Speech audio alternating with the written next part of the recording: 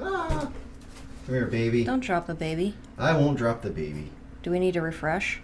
It should refresh on its own. It should.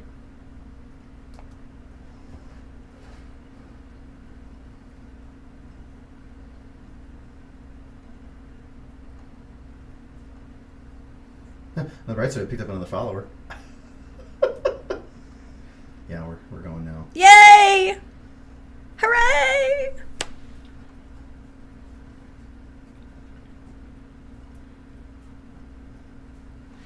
Hey, it's working. Hi, everybody.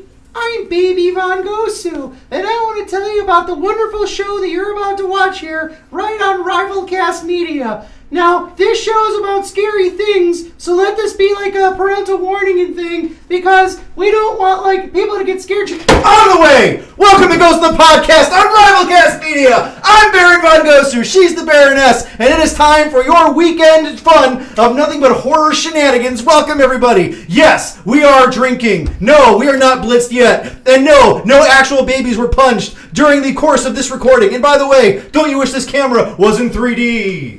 Sorry, I had to do that for showmanship's sake. Considering I went absolutely nowhere near the camera. Bravo! I wasn't trying to hit the camera. Bravo! Do you understand, like, the issues that we've had this week? The last thing I wanted to do was hit the damn camera. Do I understand the issues that we've had this week? Really? You're gonna go there? You're gonna go there? Alright? I'm sorry, I realize that everybody who is supposed to be broadcasting this weekend has had one or another of these god-awful issues that I know, Barklord, that you're behind.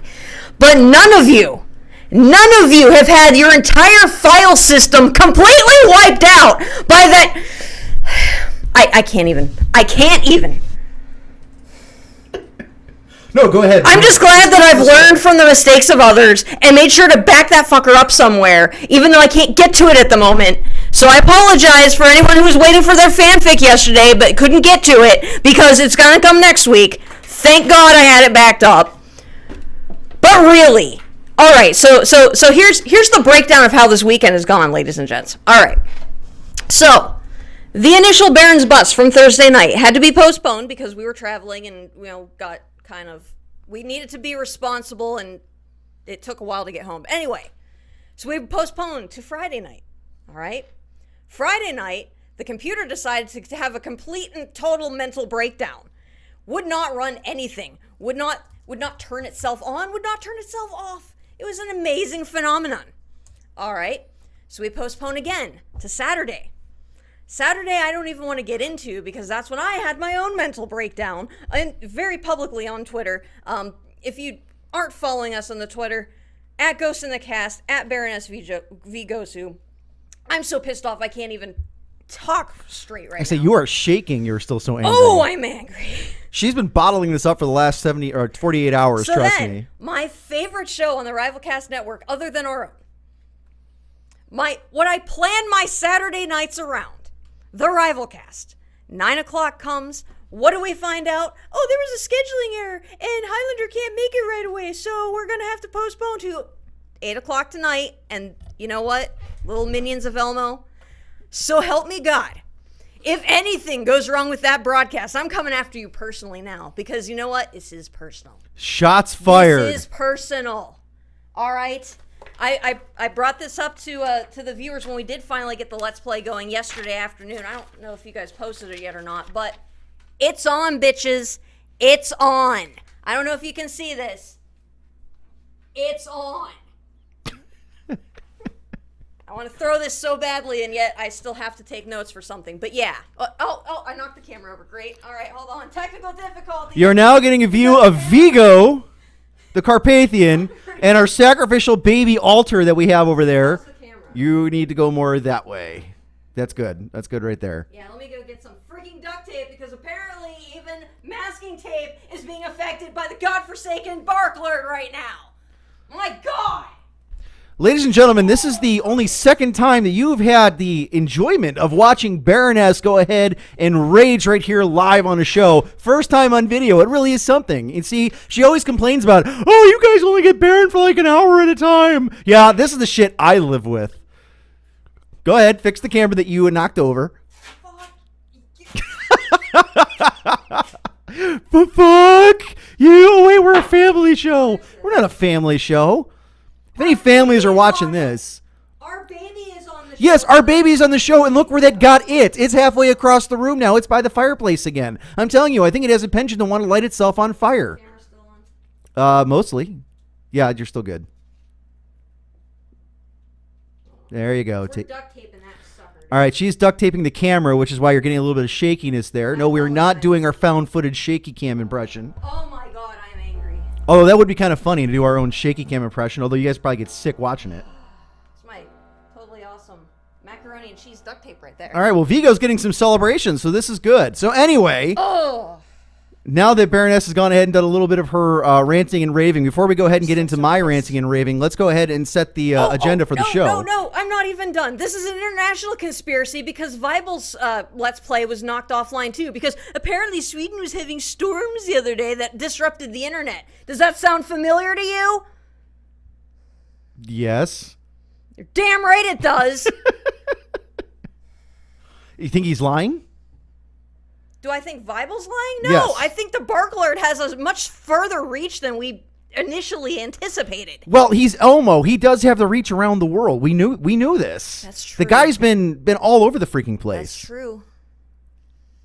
I mean, it doesn't surprise me that his reach is all the way to Sweden. Why he would bother with Sweden, who knows? I'm assuming it's only because we have, Vibel as a part of the show or part of the network. I would assume so. So otherwise, I can't imagine why he would bother with For him. all our regulars, just watch your back because this guy is apparently freaking psycho.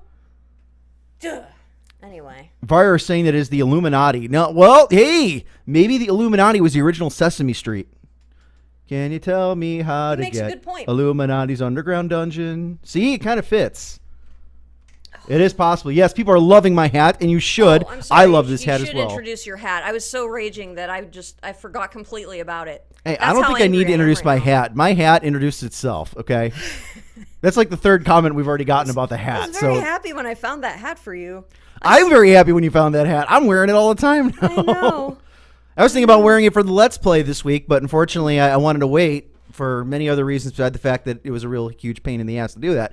But anyway, let's go ahead and set the how the show works here before we continue into these topics, because the whole point of being on Twitch is to try to find new people, to meet new people, and engage with new people and bring them into our cheeky weirdo baby punching shenanigans. So first and foremost, welcome to the Ghost in the Podcast. We are a horror themed show most of the time. I'm Baron Von Gosu. She's the Baroness. We're your hosts, and we are part of the Rivalcast Media Network, which is what you're watching right here on Twitch TV. As you can see up here on the feed here, we do have a drinking game that we like to play here on the show. It's how we get things done around here. The drinking game is simple. You come in here, you go ahead and participate in Twitch chat, or you can go to our chat room at irc.quakenet.org, channel Rivalcast, and go ahead and get involved with everybody else here in the chat rooms and try to get us off topic for 7 seconds. If you succeed, we have to take a drink of our hard-fought liquor. You guys get a point. The points will work one of two ways, or two of two ways if you're one of the fortunate ones who come back every week. You can either win a chance to be a guest star on my Let's Play that I do every Thursday evening at 10 p.m., computer issues providing, or not providing. And basically what we mean by guest starring is we have a TeamSpeak 3 server where you are allowed to come in and go ahead and engage with us in commentary, go ahead and add your own interactions with me while I play. We're going to be finishing up Alien Isolation this week. I'm told we are at the tail end, so we're going to be finishing that up. Hopefully we can get through the last hour without any major issues.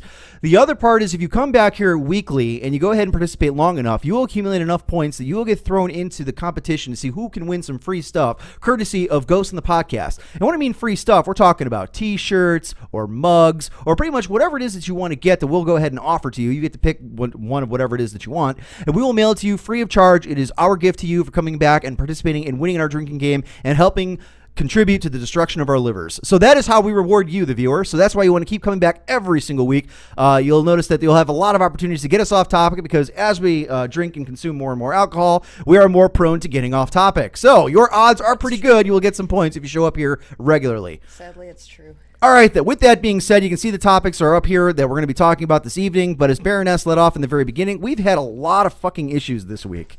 A lot of bad issues. God. Well, you know what? I think it goes back to the fact that we've had this huge build up to 2015, and we're finally here, and I'm so excited about it. And, we hit the ground running. We've got a lot of great stuff on tap. We've got a lot of great stuff. Teasers. We've got a lot of great stuff that we've already started getting the ball rolling on, so I'm really excited about that. And wouldn't it be just perfect just perfect for certain furry little assholes to just derail us in the very first week of what we've been building up to for so long. I can't. Just continue with the show. New Year's Eve was actually a lot of fun because Baroness was running around and strutting all over the house, and then at my parents' house because we went over there for our New Year's Eve dinner and to watch the ball drop and play some games. And she's going around the house going, "I'm so excited! 2015's here, jazz hands! This is going to be so exciting! Yay!" And she's just dancing and she's doing a jig. I can't get my voice up that high to do some of the shit you were doing. I scared the living crap out of everyone around us because they're like, "What are you so excited about?" Like, I can't tell you because it's a secret. You know what? To go ahead and explain this way easier, I just told him that she's high on crack. But that's beside the point. So the thing is, she's jumping all over the place, all nimbly bimbly, like celebrating the fact that it's now New Year's Eve. And we've had nothing but headaches from the onset of New Year's Eve up until today. And when I seen headaches, the mere fact that we're even transmitting this fucking episode is a minor miracle in itself, because my computer has been the target of God knows what. Whether it's an international conspiracy, whether it's Elmo and the Illuminati, whether it's Arachnos. I'm going to open my case and thousands of fucking spiders are going to come running out. Arachnos. Which, by the way, if that happens, you better watch out. Hey, you never know. Last week, I saw when I was rewatching our episode, he wrote here, Arachnos lives. And it's the second week in a row he's left a message. And Dr. Funkenstein lives. So you know what? They're not out of here yet. They're going to be coming back. The only one who's actually been behaving himself is Cthulhu, who used to come into our show regularly, but hasn't been in here ever since we've gone to the video chat. Because he's went to sleep. He never woke up. He's celebrating the fact that he won like the 400th consecutive Lord of Terror Awards or election that we had right here back in November. So I'm sure he's enjoying every second of it. But the point is, Arachnos is still MIA, and he's still got a bone to pick with me. You supported him. That's why true. Elmo's going after you. That's true. So we know we're not out of the woods yet as far as Arachnos goes. So I don't know. I might open this computer case and find thousands of fucking spiders come running out here, and then I'm going to rage like a motherfucker after I scream like a girl and have to get pried off the ceiling fan because I'm scared so fucking badly. But anyway, here are the different issues that I've been having. So I've been trying to do a Let's Play this past week. We've been doing the Baron Bust Let's Play. We've been playing Alien Isolation. This has been going on for like the last month, 2 months maybe, where I play every single week for like 2 hours. So this week we get to a point where I start loading up the game, I get 30 seconds in, and my whole system crashes. Frowny face, crash. All right, so I boot it back up, get everything up and going, get back through it, just walking out the door to see the alien, walking around, whole thing crashed on me again. Although the weird thing is, my computer actually didn't shut itself off. It just severed all connection to anything. No screen, no programs, nothing, but the computer was still running. I had to physically go and unplug it because it wouldn't reboot. Then after I plugged it back in, it took me another 5 minutes to get the thing to fucking boot up again. Then when I got it to boot up again, I got through 2 minutes of gameplay when the thing crashed the third time. And that's when I'm like, frig it, I quit, I'm done.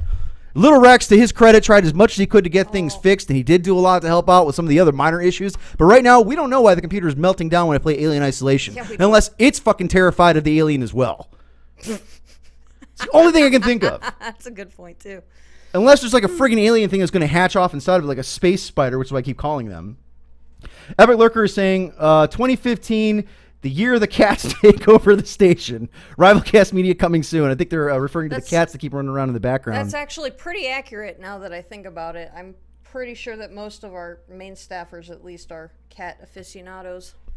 Or Baron, I've heard stories. Or Baron opens it and 2 tons of short red hair comes falling out. It's a message from Elmo placed there by the cat, says Sam. Look, my cats don't like Elmo, all right? No, they're not going to side with anybody, and they really freaking hate Arachnos. I know, right? They kill his agents every time they're in the house. I think they're Cthulhu supporters. Time out. What is it with Calvin and Grover anymore? Nobody liked Grover. Well, apparently Calvin was fascinated with them because I was flipping through channels the other day and, a message came on our television set. They claim it was PBS broadcasting, but we don't get PBS on our TV, so where the heck did this come from? I think most serial killers are obsessed with their victims before they murder them. I think that's how it works. Yeah, but there was definitely a Grover on the screen. It was muted, so I don't know what it was saying, but Calvin was obsessed with it. The great Lord Cthulhu has joined us! Darn straight! He's saying that he cares not for your insignificant mortal elections. Obviously, that's not true, Cthulhu, because you've been here for like 3 or 4 weeks now, bragging that you won the election, so I know you care. You sent your own cultists here to do commercials on past versions of Ghost in the Podcast to go ahead and vouch for you and fight for you, and go ahead and get your message across, and obviously it succeeded. So I don't want to hear your jibber jabber, pal. You're lying. You definitely fucking made it. And you definitely care that you made it. Anyway. So yeah, those are some of the issues that I've been having. Also, the stream key to the Twitch network's been screwed up at least 3 or 4 times. Don't know why when I didn't touch anything in there. I had camera issues up the ass, which is part of the things that Little Rex had to help with get fixed. I've had the laptop having major issues. The keyboard still doesn't work. Baroness is talking about her issues. I don't know. It seems like so far 2015 has a vendetta, like a fuck you vendetta mentality. No. It's no. 2015 is going to be awesome. We just got to vanquish that.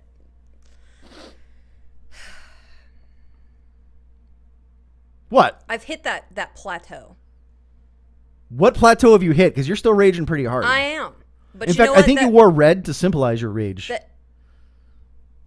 Subconsciously. Subconsciously. Yeah. Anyway, the wheels are turning now. The wheels are turning. The battle is on. This is just we're building up to it. Great Cthulhu says that he destroyed my computer for his own amusement, Flushling.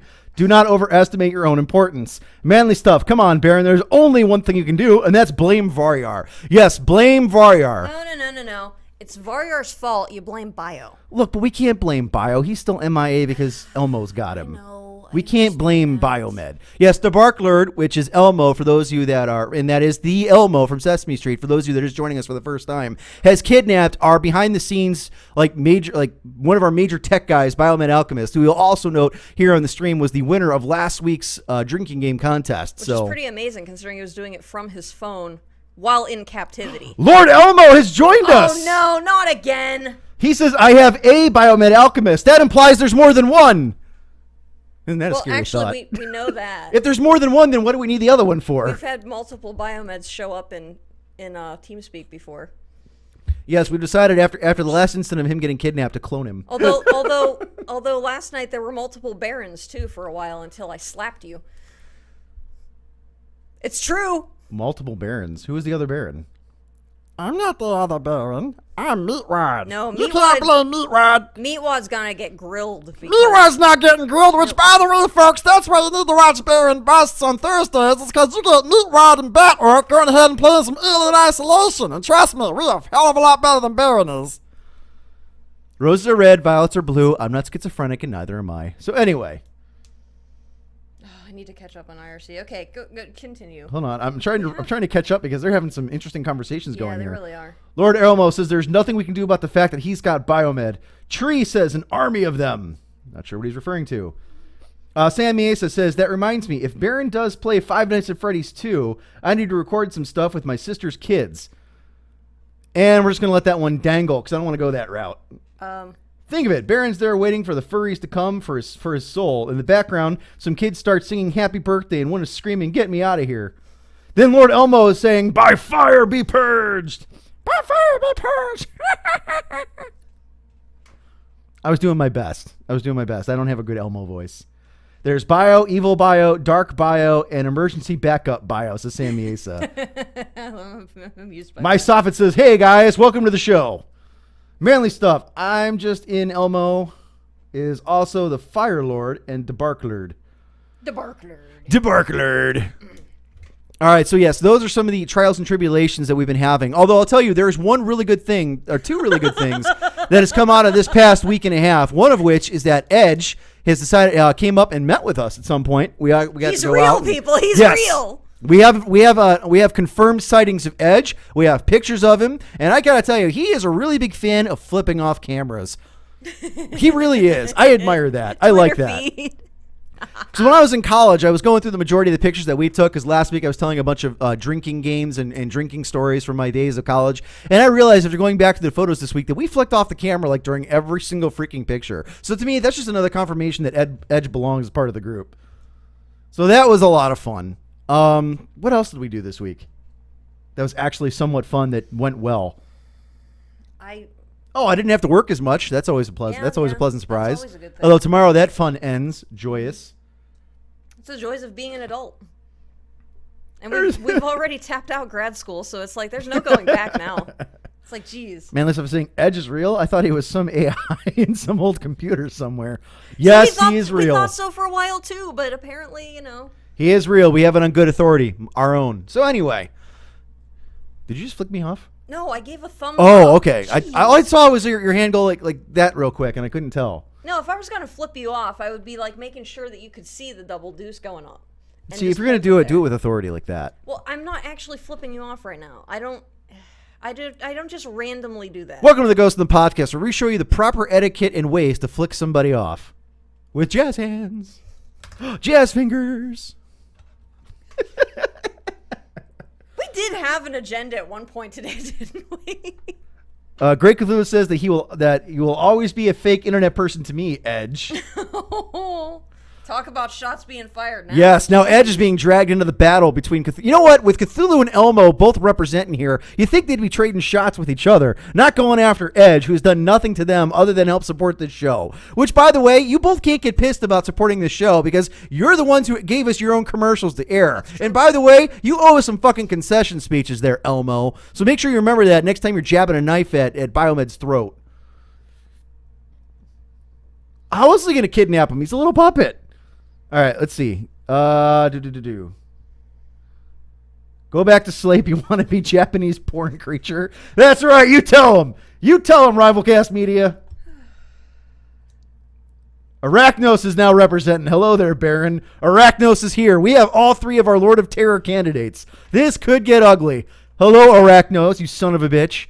I swear to God, if I open that fucking case and I find nothing but spiders, you can expect a drop shipment of raid all over your entire fucking colony, courtesy of me and the rest of the Rivalcast Media people. What? What? What are you doing? Baroness is now running over to my computer.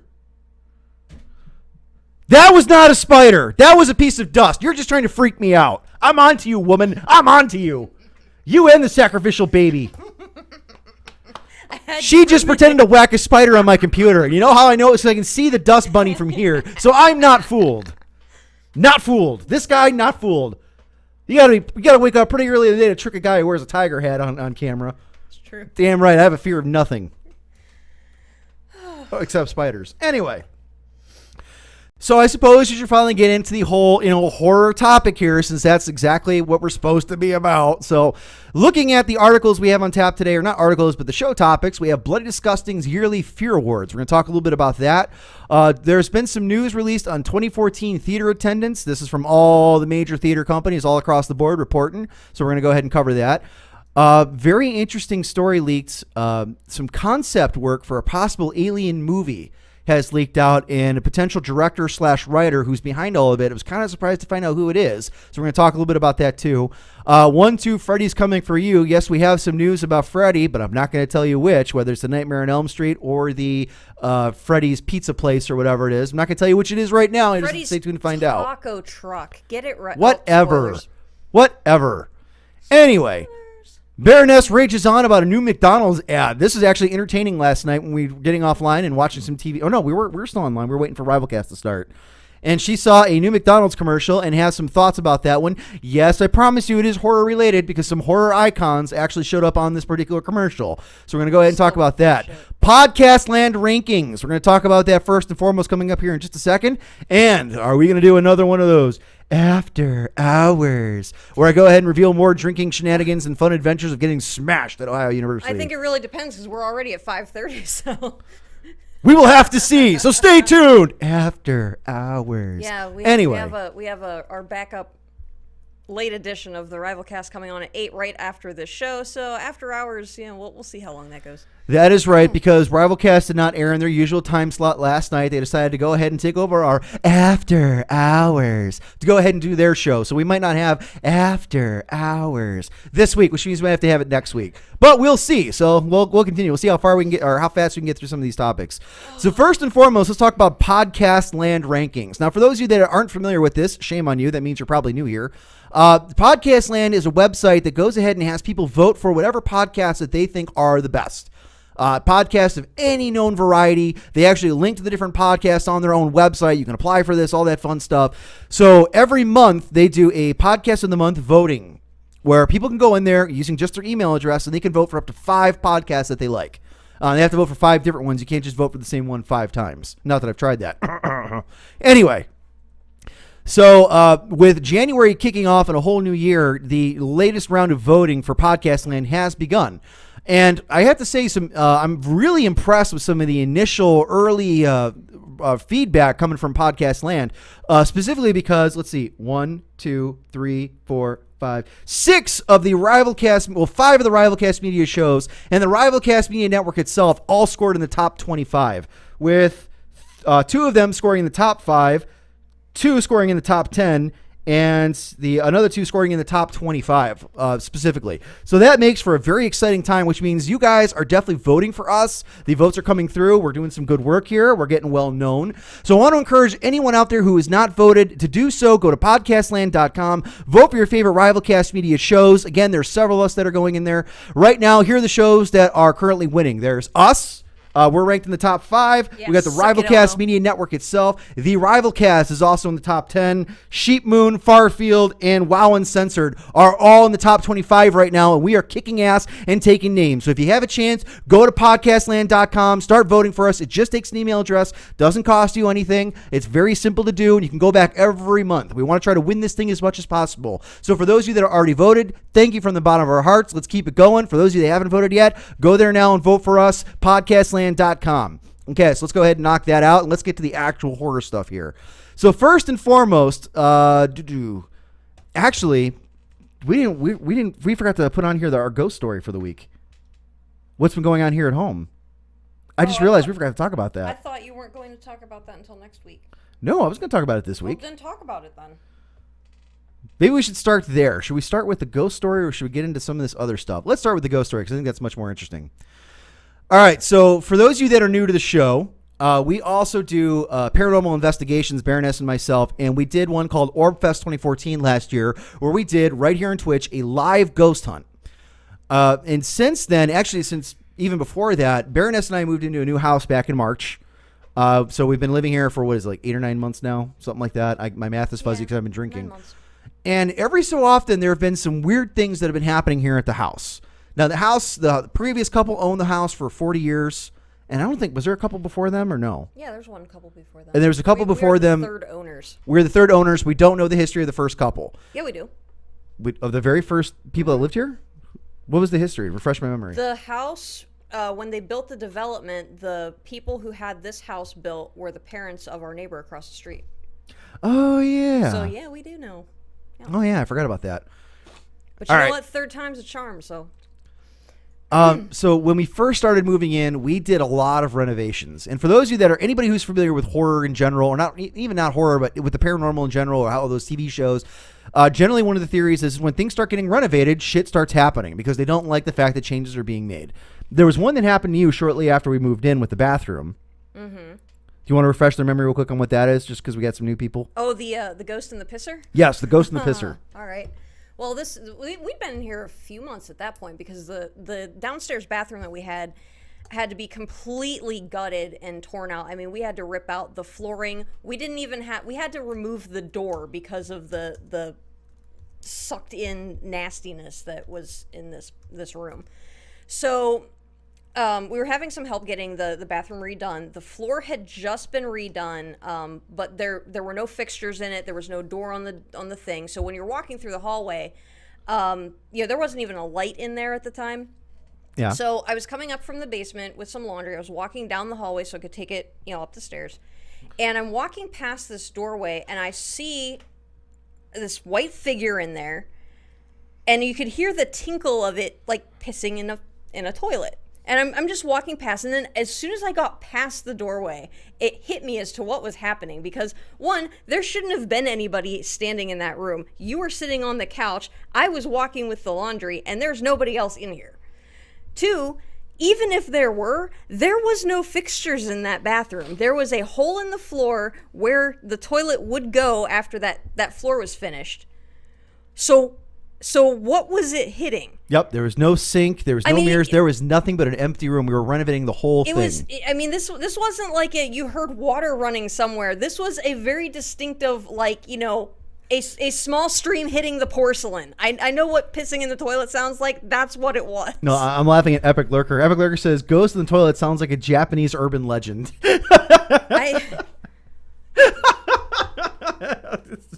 All right, Epic, you get a point. Drink. I've been drinking. Yeah, but now we got a point, so we have to drink. Now, the weird thing that happened to me is I was doing the dishes one day, and the kitchen is in this room right behind us, and then that's the doorway to the basement, the garage there. And I was doing dishes. Baroness, you weren't home yet because you were working late that night. And as I turn around like slightly out of the corner of my eye, and I see you standing like right in the doorway here, and you're staring at me. And I turn around like, oh, honey, I'm surprised you're home, and there's nobody there. So I go in and search everywhere. I search the garage. I search the driveway. Your car's nowhere to be found. You are nowhere in this house. That freaked me out because it's the first time that ever happened to me. And I know that stuff's happened to you before with me. Yeah. Back in the days when we lived in the apartment. And then there's just been like strange noises here and there, but for a long time things really seemed to calm down for a while until very recently. It actually happened twice, and this was just a couple days ago. You and I were sitting in the family room. We had both cats in the room with us because the cats, noise travels in this house pretty well. So if the cats are running up and down the stairs chasing or playing, you can hear it from everywhere. So it's not like we don't have a lot of carpet. It's a lot of hardwood floors, so it creaks very easily. So you can always tell when something's moving around. But we're standing or sitting on the couch in the living or in the family room watching TV and doing stuff on our computers. The cats are laying there by the Christmas tree sleeping, and all of a sudden you hear 4 footsteps, thump, thump, thump, thump, as if they're coming down the stairs from the second floor, and then they just stop. Now the way our stairway works is at the bottom here. It's an open landing, so you can see like the first 5 or 6 stairs going up, and then it goes up into the second floor, and then around another bend, and then you're on the second floor. Whatever it was coming down, got to about the point where it would just be visible from where we were sitting when the footsteps stopped. So we immediately get up, we go together, and we search the whole fucking house, cell phones in hand, because we're like, we're not messing around here. There is nothing. Nothing's out of the closets. The closets are all closed. They're all cleaned up. Everything's nice. Nothing. You can't even get under the beds, and everything else is all, empty rooms right now because we're still renovating the upstairs. So there's no reason in the world why there should have been footsteps. Then fast forward a few hours later, and we're both in the basement, and we're starting to work on cleaning up the downstairs basement because we're renovating down there too. Again, both cats are downstairs with us because whenever we go to the basement, they're right on our heels, and I don't know why. Same thing. You start hearing 4 or 5 footsteps coming down the basement stairway right here, coming down towards us, and then just stops.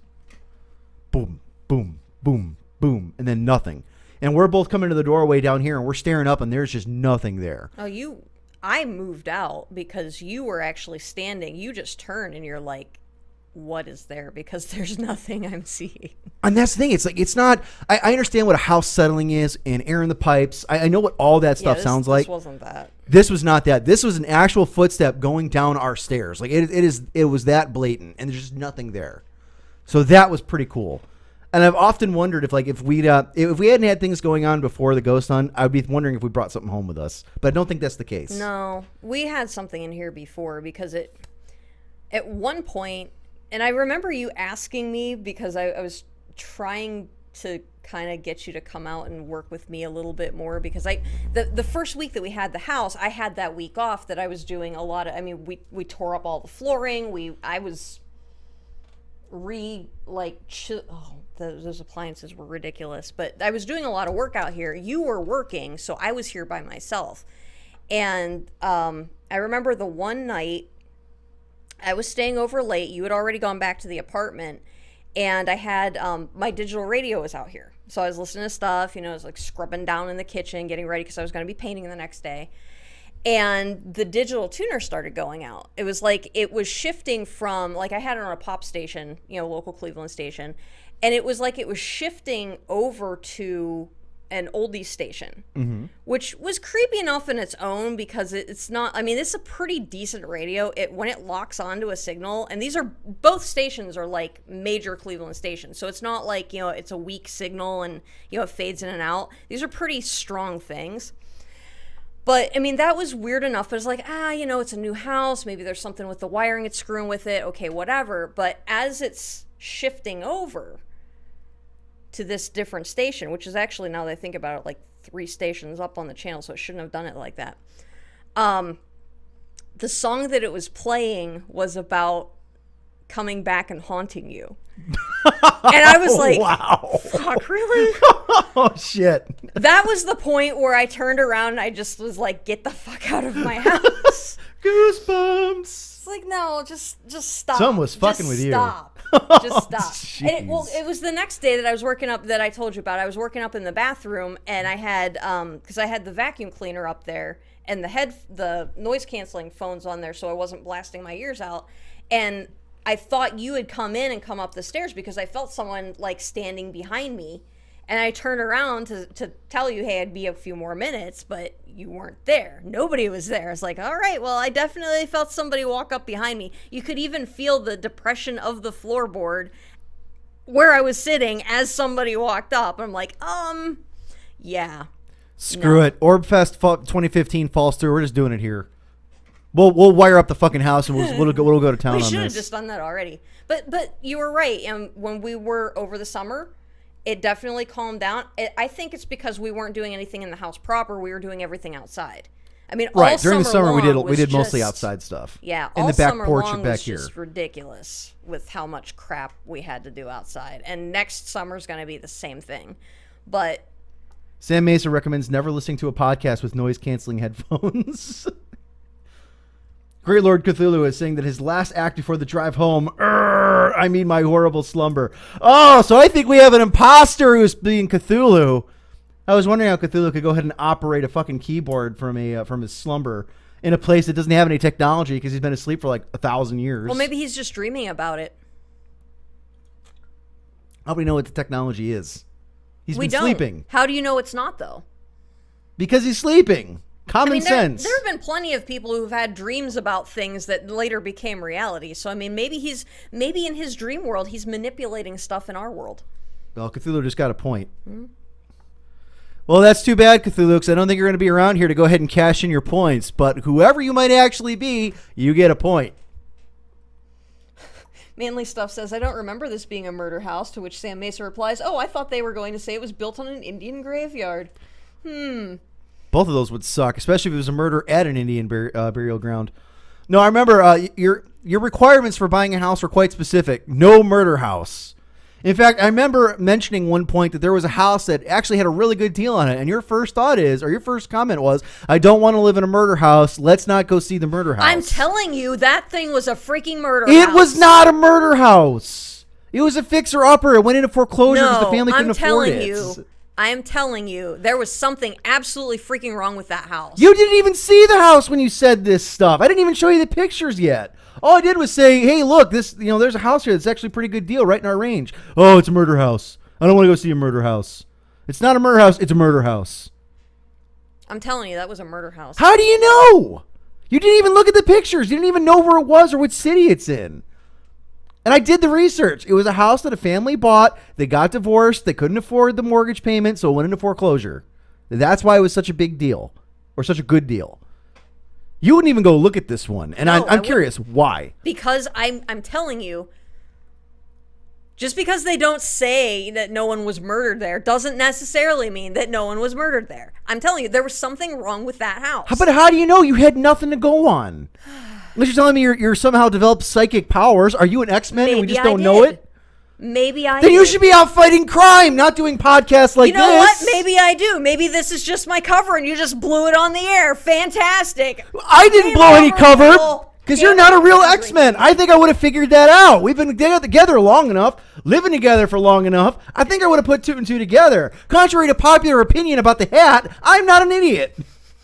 I think I'd figure that one out. And considering your penchant for sacrificial baby altars over there with Vigo, you're a villain. You're not a superhero. You're a super villain. No wonder you like Arachnos so much. The two of you are in cahoots. If you suddenly sprout like 6 new legs, I'm going to fucking throw up all over the place. I promise you that. That explains so much. So unless you have some uncanny superpower, which I'm pretty, confident you do not, I don't think you'd actually know. Artemis Hemp is saying triple X-Men. Blow you villain ad at a time. What? Blow you villain ad at a time. I keep forgetting that English is not his primary language. That's okay. Tree saying house with character sold by auction. See, that's exactly how they describe these things. Because we went to a house that was it was in our price range. It was pretty much what we were looking for, really. And then we found out, because something, again, didn't feel quite right. And then we found out that someone had shot themselves in the back bedroom. Look, there were definitely houses that we went to see that I agree with you. There definitely was a bad vibe, even with no history. But this was a house that you didn't know the name of it. You didn't know where it was located. You hadn't seen any pictures of it. And yet I had that strong of a reaction. Which just is the why I'm feeling. wondering, why Just did you have the that feeling. reaction? How the hell should I know? Instinct. There's nothing to go on for instinct. If you saw the That's house the and entire suddenly point got of the feel, instinct. yes, I could Oh understand my that. God. Instinct, there's at least something to go on. This is here. Look at this. No, it's a murder house. Excuse me. No. Again, won't. I don't think you have mutant powers or superpowers. I think I would have figured this out. And Vampy's saying, well, no, why do you think she has no problem with me drinking? So that way I won't remember what I see. But she drinks along with me. Or so you think. And I don't think I've ever blacked out. I've never blacked out from drinking, and I've never forgotten what I was doing the night before. I don't drink that heavily. Even on my worst days, I didn't drink. Even with the fucking Edward 40 hand story, I didn't drink that enough to do that. Maybe one of my powers is to alter your memories. Manly Stuff is saying Suicide House is greater than Murder House.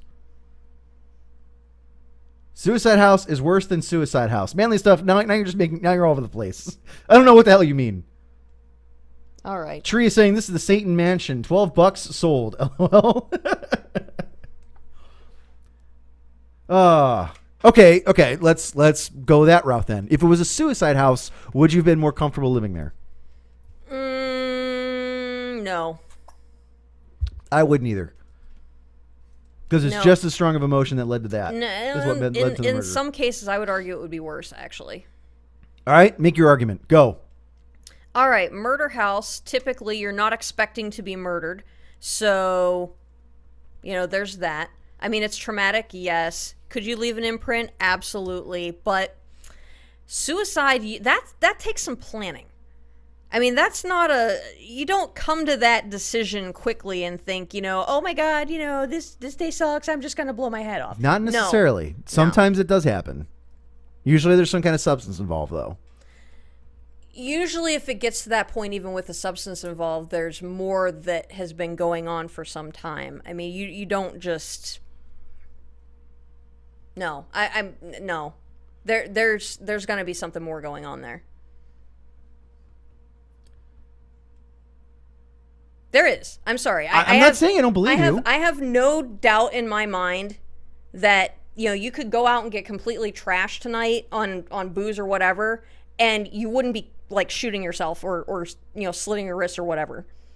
Okay? I will wake up the next morning. You will wake up the next morning, probably pretty hungover, but the fact of the matter is you're going to wake up that next morning. If you go out on a bender and decide, you know what, I'm done with life, and, whatever, okay, there's something else that happened prior to this that led up to the drunken decision that you're going to make this choice. There is. Okay. I'm not saying I don't agree with you. I'm just saying there are times where people who didn't really have any suicidal ideation, who took substances, they just had a really crappy time in a response. Now, that's not the norm. Yes, I get that. That's not the norm. That's very much not the norm. But sometimes that happens. There have been times where I've been in a perfectly great mood, like for the entire day, and I start drinking, and I just get into the worst mood possible because it's a depressant. It's what it does. Right. Hell, there's some acne medications that have that kind of side effect, where it can actually increase suicidal ideation and... yeah, but not instantaneously is what I'm getting at. Well, over time that you're taking the medicine, yeah. Yeah.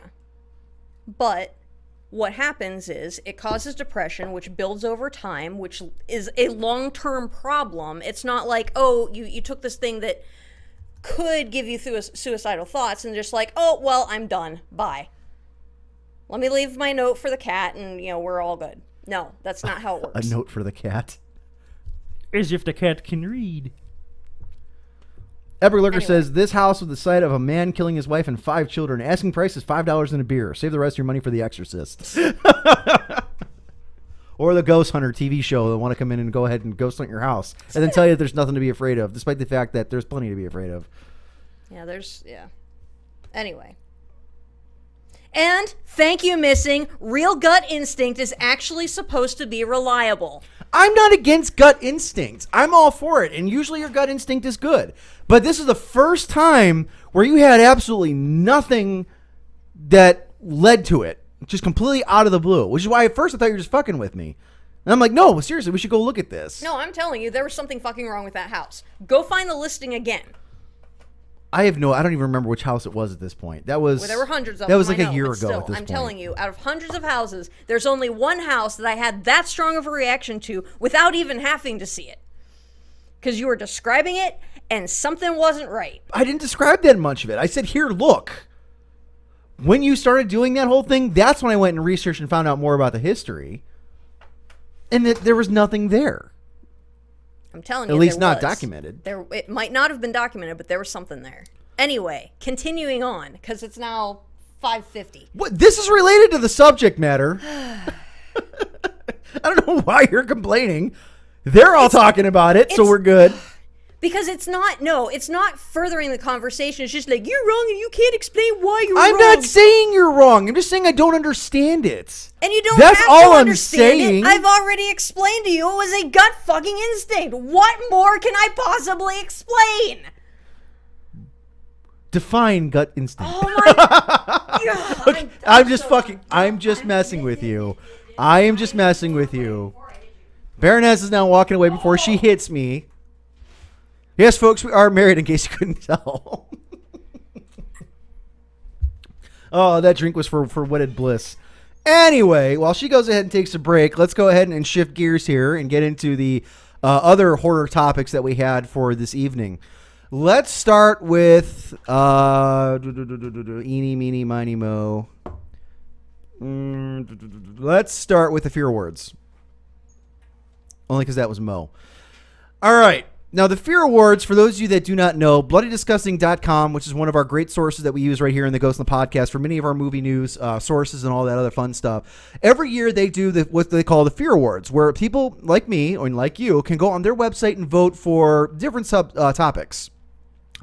This year it's which game, and this is all based on games, which horror game had the greatest gore, which was the scariest, which had the best monster, which had the best multiplayer, what was the most original, best DLC, best new IP, which is intellectual property for those of you that do not know, most disappointing, best indie, and horror game of the year. So those are the current topics that they are taking votes on all the way up through January 16th. Right now, you can vote for the greatest gore, scariest game, and best monster. Those are the three topics that have come and gone that you're allowed to vote for. They're still doing the voting now because I'm looking at the website right here. Just so you know, your options for scariest game is the Outlast Whistleblower DLC, which I don't understand why that would be the scariest game because that's an add-on. PT, which is the playable trailer for the new Silent Hills, which is Guillermo del Toro is doing. Dread Out, which is one that I actually have not heard of. Five Nights at Freddy's, The Evil Within, and Alien Isolation. Those are what your topics are for scariest game. For me, it came down to looking at The Evil Within, Alien Isolation, and PT. Just to let you guys know, I did vote for Alien Isolation. I think overall that is the best well-done game of the year as far as horror goes. With Evil Within coming into a very close second, and that's only because PT is just like a playable demo. I mean, it's not a full game yet. Give it time. I'm sure when Silent Hills comes out, it's definitely going to be a candidate. So it really came down for me between Evil Within and Alien Isolation. I went with Alien Isolation. For greatest gore, pretty much the same games apply for that one. It was really a toss-up. I ended up going with the Evil Within only because gore is really the big thing it has going for it. So I voted Evil Within for the best gore. Best monster. Now, again, I went with Alien Isolation for this one. And here's why. I feel like I have to defend this one a little bit. Evil Within, in a lot of ways, is your typical zombie monster game. So there's really not a lot of variety between the different types of monsters you're going to fight. Five Nights at Freddy's, yeah, the fact that these giant, animatronic animal things come to life and will murder you if they catch you. Interesting, creepy. I've often been to places like Chuck E. Cheese and thought those things were fucking creepy, so I kind of get it. Outlast Whistleblower, same thing. It's kind of like a fast zombie game. Dread Out, not familiar with, and PT, it had its moments, but Alien Isolation, even if you take the fact that it is just a basic monster that already exists, The way they went ahead and programmed the alien in the game to me is fascinating. It's an AI where it actually reacts to how you play the game, and it will change tactics. How it plays is random. Where it starts, where it goes, what it's going to do. And if you stay in the same place too long enough, it is eventually going to find you. And the amount of time and care. What? Stream froze. No, that's just our feed. We're on the main computer. I can see the stream. We're not even dropping frames. It's our connection on these. Okay. Well, they're saying that. Okay, whatever. Continue. Oh, they're saying it? Yeah, they're saying it. That's what I'm saying. All right, you're fine. Just continue onward. Hold on. Are we still going? We're still going. Continue with your whatever it was you were just talking about. All right. Well, I'm going to close down my end then. Let's see if we can get a fast. Maybe we're pulling too much on the internet here. All right. Closing down the laptop. So you're going to be on comment detail then, unfortunately, for you. I usually am. We both are. But anyway. So Alien Isolation, I went with the alien as my scariest monster because, again, the amount of detail went into actually programming the alien, the way it responds, the way that it moves randomly, how the placement always changes from one playthrough to the next, and how if you stay in one spot or even one room long enough, it's going to eventually find you. And all that to me is very fascinating. And the fact that they could get that much horror and that much action out of one alien. Now, granted, late stage of the game, there is more than one you got to worry about. Spoiler. But for the vast majority of the game, I'd say 90% of it, you're looking at one alien that you're running from the entire game. And then you have a couple of androids and a couple other human packs you have to fight along the way. But overall, the alien itself, there's only one of them for the entire game. Whereas Evil Within has to rely on multiple enemies to fight. Where, PT and Outlast and Five Nights at Freddy's has multiple monsters for you to worry about. Alien Isolation succeeds in building their fear and suspense with one monster. Because of the way they programmed it to follow you, to hunt you down. And I love that. I love the amount of care and detail that went into that game. That's what makes Alien Isolation so special. It's not, let's sneak through an area, get past the monsters, get into the next area, and then those monsters are gone, and then we don't have to worry about them ever again. No, this is something that's going to follow you the whole fucking game. Now, yeah, at times it can get irritating. At times it kind of gets long-winded, but so what? Overall, the achievement of this game and the monster was very well done. That's why I voted the Alien and Alien Isolation the best horror game monster of 2014. Now, we'll see it going into next year. We'll see what comes next time. But right now, I'd have to give it to that one. For best multiplayer, best original, best DLC, best new IP, all those other categories that I mentioned, we're going to cover those as the awards go on. Like I said, they're going to be going all the way up to the 16th. So by next show, there will be a lot more that we can talk about. But for now, those are just where I'm at. If you want to go ahead and cast your own vote, go to bloodydisgusting.com. You'll find it right on their main page. Go ahead and cast your vote for the different categories. And again, the 6 that I read off to you are the ones that are listed continuously. So good luck. Hopefully we'll get some good votes there. Speaking of votes, and yes, this does bleed into the next topic I'm going to discuss here. On the Rivalcast Media website, the Ghost in the Podcast forums, we are doing a vote for which game I'm going to play next in my Let's Play series. Since Alien Isolation we're coming up to a close on, and provided I don't think my computer's going to last much longer playing it, we're going to go ahead and move on to the next game starting in 2 weeks. Sure. So you have a chance to go to the Ghost in the Podcast and start voting for it now. What's up? So when I came back, there was some talk in the IRC. This is what sparked the, is the stream frozen? The cat's tail stopped. So, of course, they're going off about it. So I smacked the cat's tail, and now it's stopped again. It's really kind of creepy, the way it just... That's why I always have you smack the tail. Yeah, I did that. That clock baffles me because it runs fine for like a week, and then I have like troubles getting it to start up again. But then once it starts going like consistently, it'll go for another week without an issue. No idea why. Or longer. And that clock stopped. Well, that clock stopped because you didn't wind it. But now both clocks are stopped. It's the end of the world. No, that clock stopped this morning at 6:45. It says. What freaks me out is when this clock starts dinging nonstop for like a half hour at a specific time, and it just does it all like on its own. That always freaks me out because I have to admit, deep down, I am a little superstitious. And when any grandfather clock of any kind starts dinging like that nonstop for like the most it should ding is 12 times to signify that you're at the 12 o'clock hour. Well, time's up, Baron. I actually timed it at one point, and it went for like 30, just nonstop before I finally got up and did something to stop it. First, I'm like, okay, let's see how long this goes for. And then I'm like, okay, I can't listen to this anymore. When the clock strikes 13, which it's actually done a few times. Yeah, but it's gone up to like 30 before. Yeah, I know. And it just keeps going. Well, that's my thought is because usually you're not home when it starts doing that. So my first thought in my over superstitious, drunken adult brain is, oh my God, did something just happen? Is this going to be one of those instances I'm going to point to and be like, oh my God, that something foreshadowed that something bad was going to happen? So far, knock on wood, it hasn't, but you never know. All right. So anyway, like I was saying, you can go to the Ghost in the Podcast forums on rivalcastmedia.com and vote for what game I'm going to play next. There's a list of, I think, 7 or 8 up there. Right now, Five Nights at Freddy's 2 is in the lead, which leads me into the category for 1-2 Freddy's Coming For You, with announcements coming from Bloody Disgusting, Screen Rant, and pretty much all the other casual offenders that we list here on the website. Five Nights at Freddy's Part 3 is coming. And here's what the article says. I'm beginning to wonder if Five Nights at Freddy's series creator Scott Cawthon ever sleeps. He was able to turn out 2 of 2014's most terrifying indies a scant 3 months apart, and now he started teasing a third visit from Freddy's Fazbear and friends. You know what? It's not like this game is all that difficult to program. I mean, it is a very basic game. I can't imagine it would take that long for somebody who knows what they're doing. And then it shows a little picture here of the outline of half of the Freddy's face with "I'm still here." And then it talks about how he really enjoyed the second games. But anyway, it's an official confirmation. Five Nights at Freddy's Part 3 is coming. Oh joy! We didn't even do the first game on a Let's Play, let alone the second, because we've been doing Alien Isolation for so damn long. So we'll be doing Five Nights at Freddy's 2, it looks like, but you still have some time to get in there and vote. Go to Rivalcast Media, Ghost and Podcast forums, and vote now.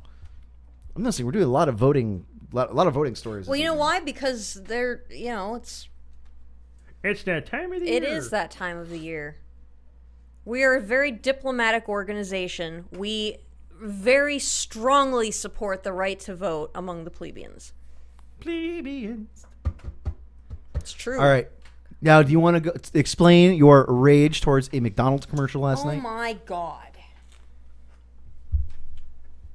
Yeah, I suppose I should probably give some context to this. So, all right. So, last night when we were watching the one of the AFC playoff games for American football for our out of America listeners, so it's the build up to the Super Bowl. It's sort of a major thing here in America.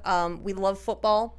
Not everybody loves football, but the ones who do are the vocal ones that kind of take over the television stations and all the advertising dollars for the entire month of January and probably most of February as well. So last night started the first airing of one of the new McDonald's teaser commercials as we lead up to the Super Bowl. And what caught my eye on it is it wasn't so much what was going on, because we had the TV muted. I was working on something last night. Baron had just left the room, so I wasn't really paying attention. And I just happened to look up in time to see Freddy Krueger stabbing a chicken McNugget through a box, lifting it out, and Jason Voorhees is toddling up with his machete out and his little ski mask on, and Freddy's offering the stabbed chicken nuggets to Jason, and then a bunch of little hearts pop out of both of them and they hug. What the hell? Okay, so we're reenacting this commercial. So, okay, so stab, offer the nuggets, love, and they're hugging. That's essentially what I saw of this commercial. So I was flabbergasted. And then the golden arches. I'm like, what the hell were they thinking? So of course I had to go on the. Actually, I found it on adage.com. Very great website for anyone who's interested in like how propaganda and advertising works. Whatever. So they have the full commercial on there because I missed the full thing. I was like, what context was this in? And I get where they're going with this. Basically, what the ad spot is called Arch Enemies. And they actually cut it in a couple of different ways to kind of focus on different specific demographics. But the whole thing is very, very, very targeted towards the guys in our age bracket. And I'll show you why. So I went through the entire video earlier just to mark down all of the pairings. So we start off with Pac-Man in love with the ghost. We share Joker sharing a Big Mac with Batman, another hearts. A dog and a mailman, the witch and Dorothy from The Wizard of Oz, SpongeBob and Plankton. Vargar, pay attention because I'm pretty sure they are specifically targeting you with this one. A lumberjack and a tree. The lumberjack gives the tree a flower. There's love involved. And it just goes on and on and on. But there's a whole list. I actually lost count. I had a count going at one point. But it is very, very heavily based around very classic video game enemy pairings. You're distracting me. Stop it.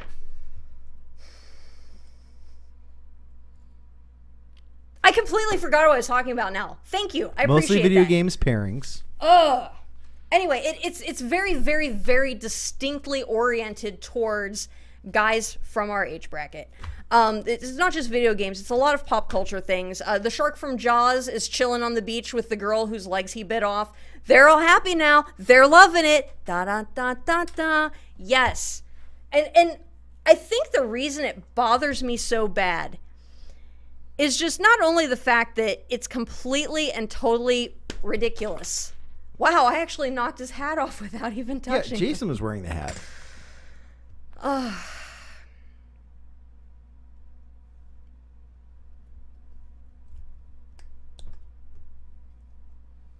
you done? Yes. Okay.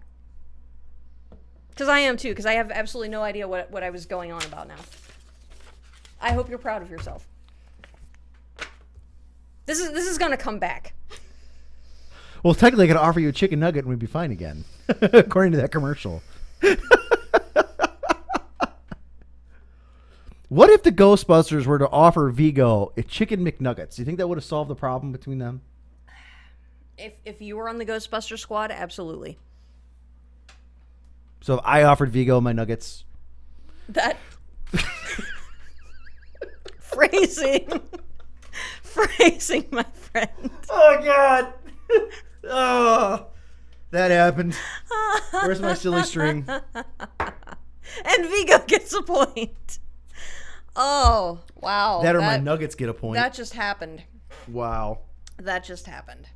Oh.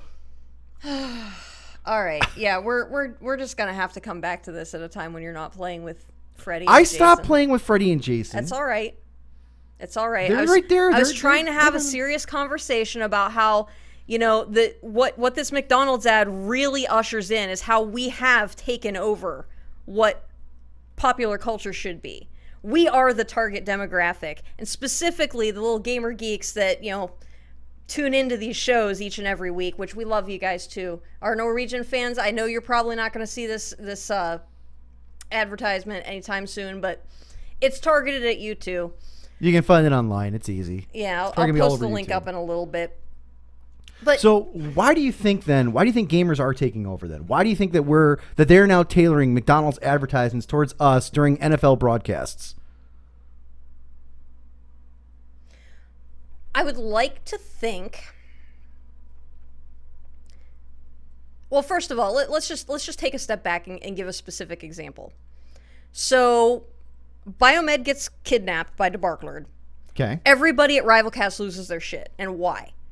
Because he's the one who's behind the scenes running the vast majority of what's going on. It's True. not just the tech stuff. It's like the little, if somebody has a squibble, he's going to be the one who's there going and, talking to everybody and, building us back up and fixing the rifts and just basically building the community that we're supposed to be. It's not just him, though, okay? I'm using him as a specific example, but there are hundreds of bios out there. I mean, there's you who's out there, doing the counseling with the kids and kind of building them up and using gaming as a what's the word I'm looking for? It's like a therapy strategy. There's, writers out there that are using, their science fiction work to kind of build okay, these are some of the problems that are inherent in our society. How the hell are we going to get past them? And building stories around that to kind of draw attention to those things and give some different options as to, okay, if we go this route to fix this problem, what's going to happen potentially? What are the ramifications of those actions? I think that's one of the big reasons that so many of our generation were big on those RPG stories from the get-go, even as kids, was just because we're really, with the advent of the internet and the advent of, or really the pumping up, if you will, of the global community, we're experiencing things that our parents couldn't have dreamed about. I mean, we go back to the Star Trek argument a lot about, okay, well, what would this idealistic society look like? And when you're thinking about like the classic and I know we had this argument earlier today, but when you think about the classic Star Trek and their whole dynamic, as opposed to the Next Generation dynamic that we grew up with, they're completely different things, because as technology's evolved, we're able to do so much more than any generation before us ever could. I mean, the fact that we can just sit around in our pajamas and tiger hats having conversations with people halfway around the freaking world, that's pretty freaking amazing. And we're not like some major, celebrity people that are being put out there by a major network. We're on Rivalcast. We are our own group. We are a very small thing. We're going to be a lot bigger. But realistically speaking, no other time in history could this have even taken place. So yeah, I'm thinking advertising is starting to realize that. I mean, you could argue they always have, but it's becoming more apparent anyway. But it also opens the door for some other stereotypes and other things that we've kind of been building at for years and years and years now, that when you take a step back and look at it at the whole, we need to make some changes. Because there are tropes and things that we have put in place and kind of built up with the best of intentions that could seriously determine what we need to do going forward as a culture. Give me an example of what you mean by that. Because you're dragging an awful lot out of McDonald's commercials. I'm curious. Run with this McDonald's, one. McDonald's kind of started it, but earlier today. Okay, so another new commercial. This one was from Time Warner Cable, and I don't have a link for that. But, okay, Sam Mesa, you're wrong. You're wrong. Picard is the ultimate Star Trek captain. We'll get into that in a different show. No, we're getting, okay, time out. No. Time out. It's a side conversation we've already had, and we will get into that later, but not right now because I need to make a point. Okay, so, my second beef commercial today. New Time Warner Cable commercial, where a lady was walking into her living room. Okay, she's older lady, probably, not older, probably like my age, a little bit older than that. Walks in the living room and starts flipping out because what she sees in her living room, okay, is her husband and her small child. And what they have done is they have rearranged the furniture in the living room. They've built this elaborate fort with blankets and things. The dad's running around, playing the monster, like rah, rah, rah, and the kids running around screaming, ee-hee-hee-hee. They're having a grand old time. And she's flipping out because she wants to watch television right now. And it's a damn good thing that her subscription with this cable company allows her to just grab her tablet and go off into her own little thing and just watch her show in peace while, those assholes who tore apart her living room are busy, having father-son moments that'll probably be the salvation of our society moving forward. But you know what? Fuck you, because my show's on and you are interrupting me.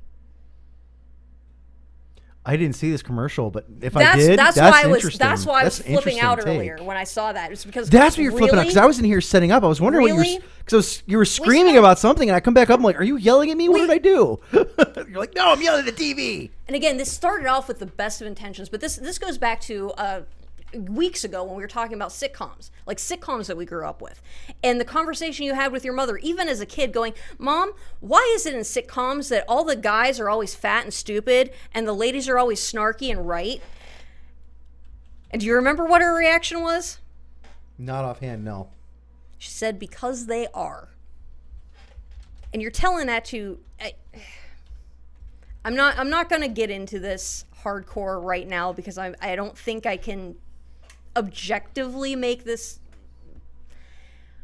We started early with the whole, everyone should be equal. And to make things equal, we needed to move away from the father knows best of the 50s and the mom's in the kitchen, the dad's at work. Okay, I can understand that argument. But what we did instead of making that equal is we flipped it to kind of degrade a lot of the male-centric stuff. Like, you guys don't have an identity. You don't. You do, but we're not going to talk about that because, patriarchy and, you're... Well, there's no way you can give males an identity and not be offensive at this point. And that's what needs to change. All right. See, that's now you're hitting on topics that I am actually kind of passionate about. Well, you know this what? one. Yes, and that's So let's get into it because you know what, this is a good conversation because we can tie this to horror too, because horror does the same exact thing. If you look at like sitcoms, going all the way back to the 80s, even probably before that, what is it that we all know about the patriarchy of the family? Yes, they're in charge. Yes, they're dumb as bricks. They're fat. They're overweight. They're beer guzzlers. They always get things wrong, and they're always married to a super hot woman, and the kids don't respect them. And it's always the father.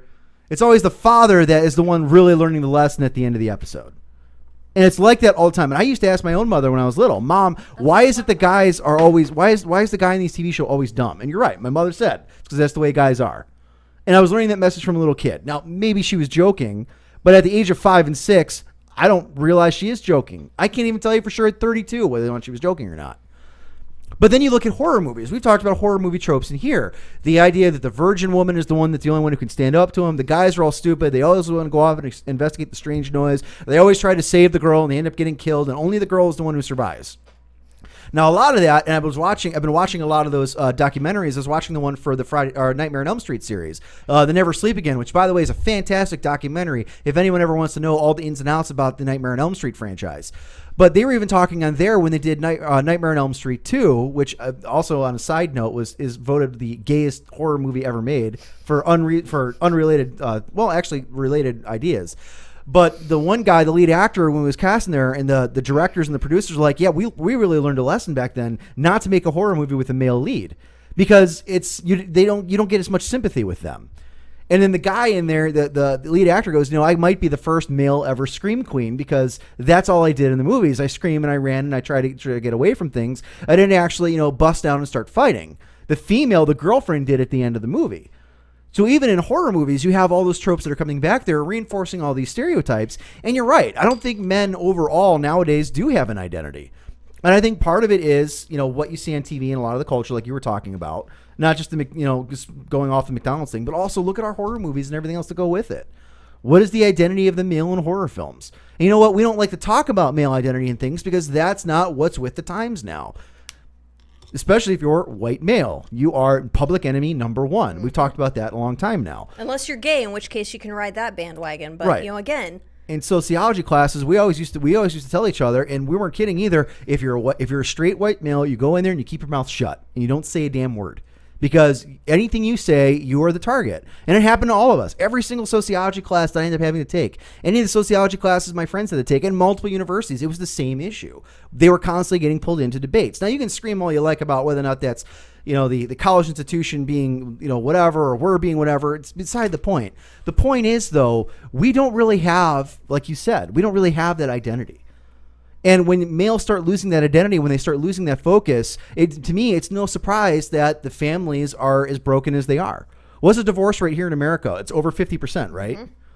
Now, gay couples, because they're just now starting to get the right to marry, we don't know how that's going to affect the statistics. But historically, it's almost 50-some%. It's over 50%. And we have, how many families do we have out there where there's no father around? Yeah, we have some where there is no mother, but the norm, the stereotype is there's no dad. The dad's off doing God knows what with whoever. And the more we've destroyed that identity over time, the more that we have suffered as a society for it. Which is why when you mentioned this commercial, I probably would have been screaming right there next to you if I had even been paying any attention to it. I generally don't. And I think part of the reason it pisses me off so bad is that we see it so much that you just tune it out. And we can't do that. I mean, there's something to be said for female empowerment, and you can do whatever you want, but you need to reinforce that with not just the girls. You need to reinforce that with the little boys as well. You can't create this bubble where one's better than the other just by virtue of their gender, and you can't continue to keep a society going where one side is consistently marginalized just because they're not the special snowflakes because they're guys. Well, and it might not even be that far. For me, it's if you're going to change an identity, you got to have something there to become the identity in its place.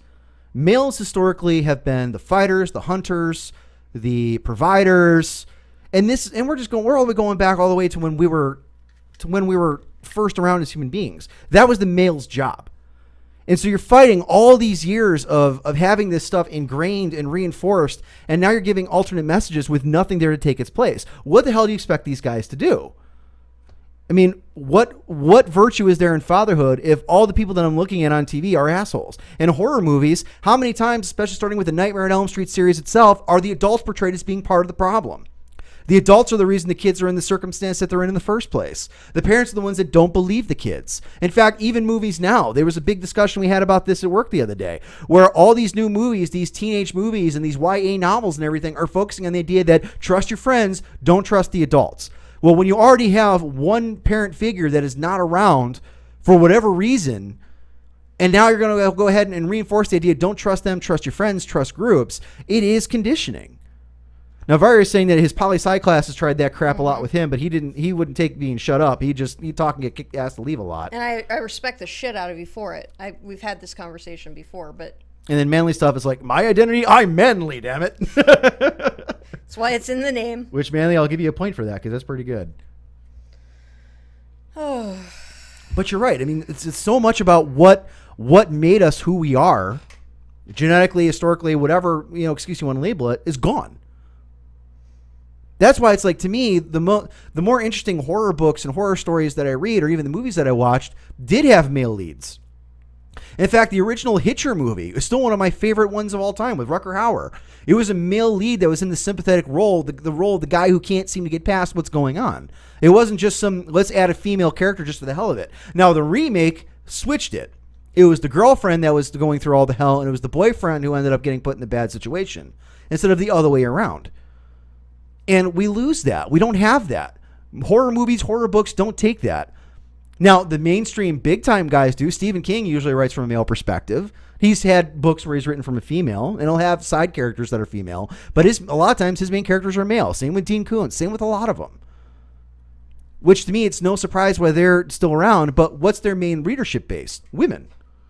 Older women are the vast majority of who read those books. Mm-hmm.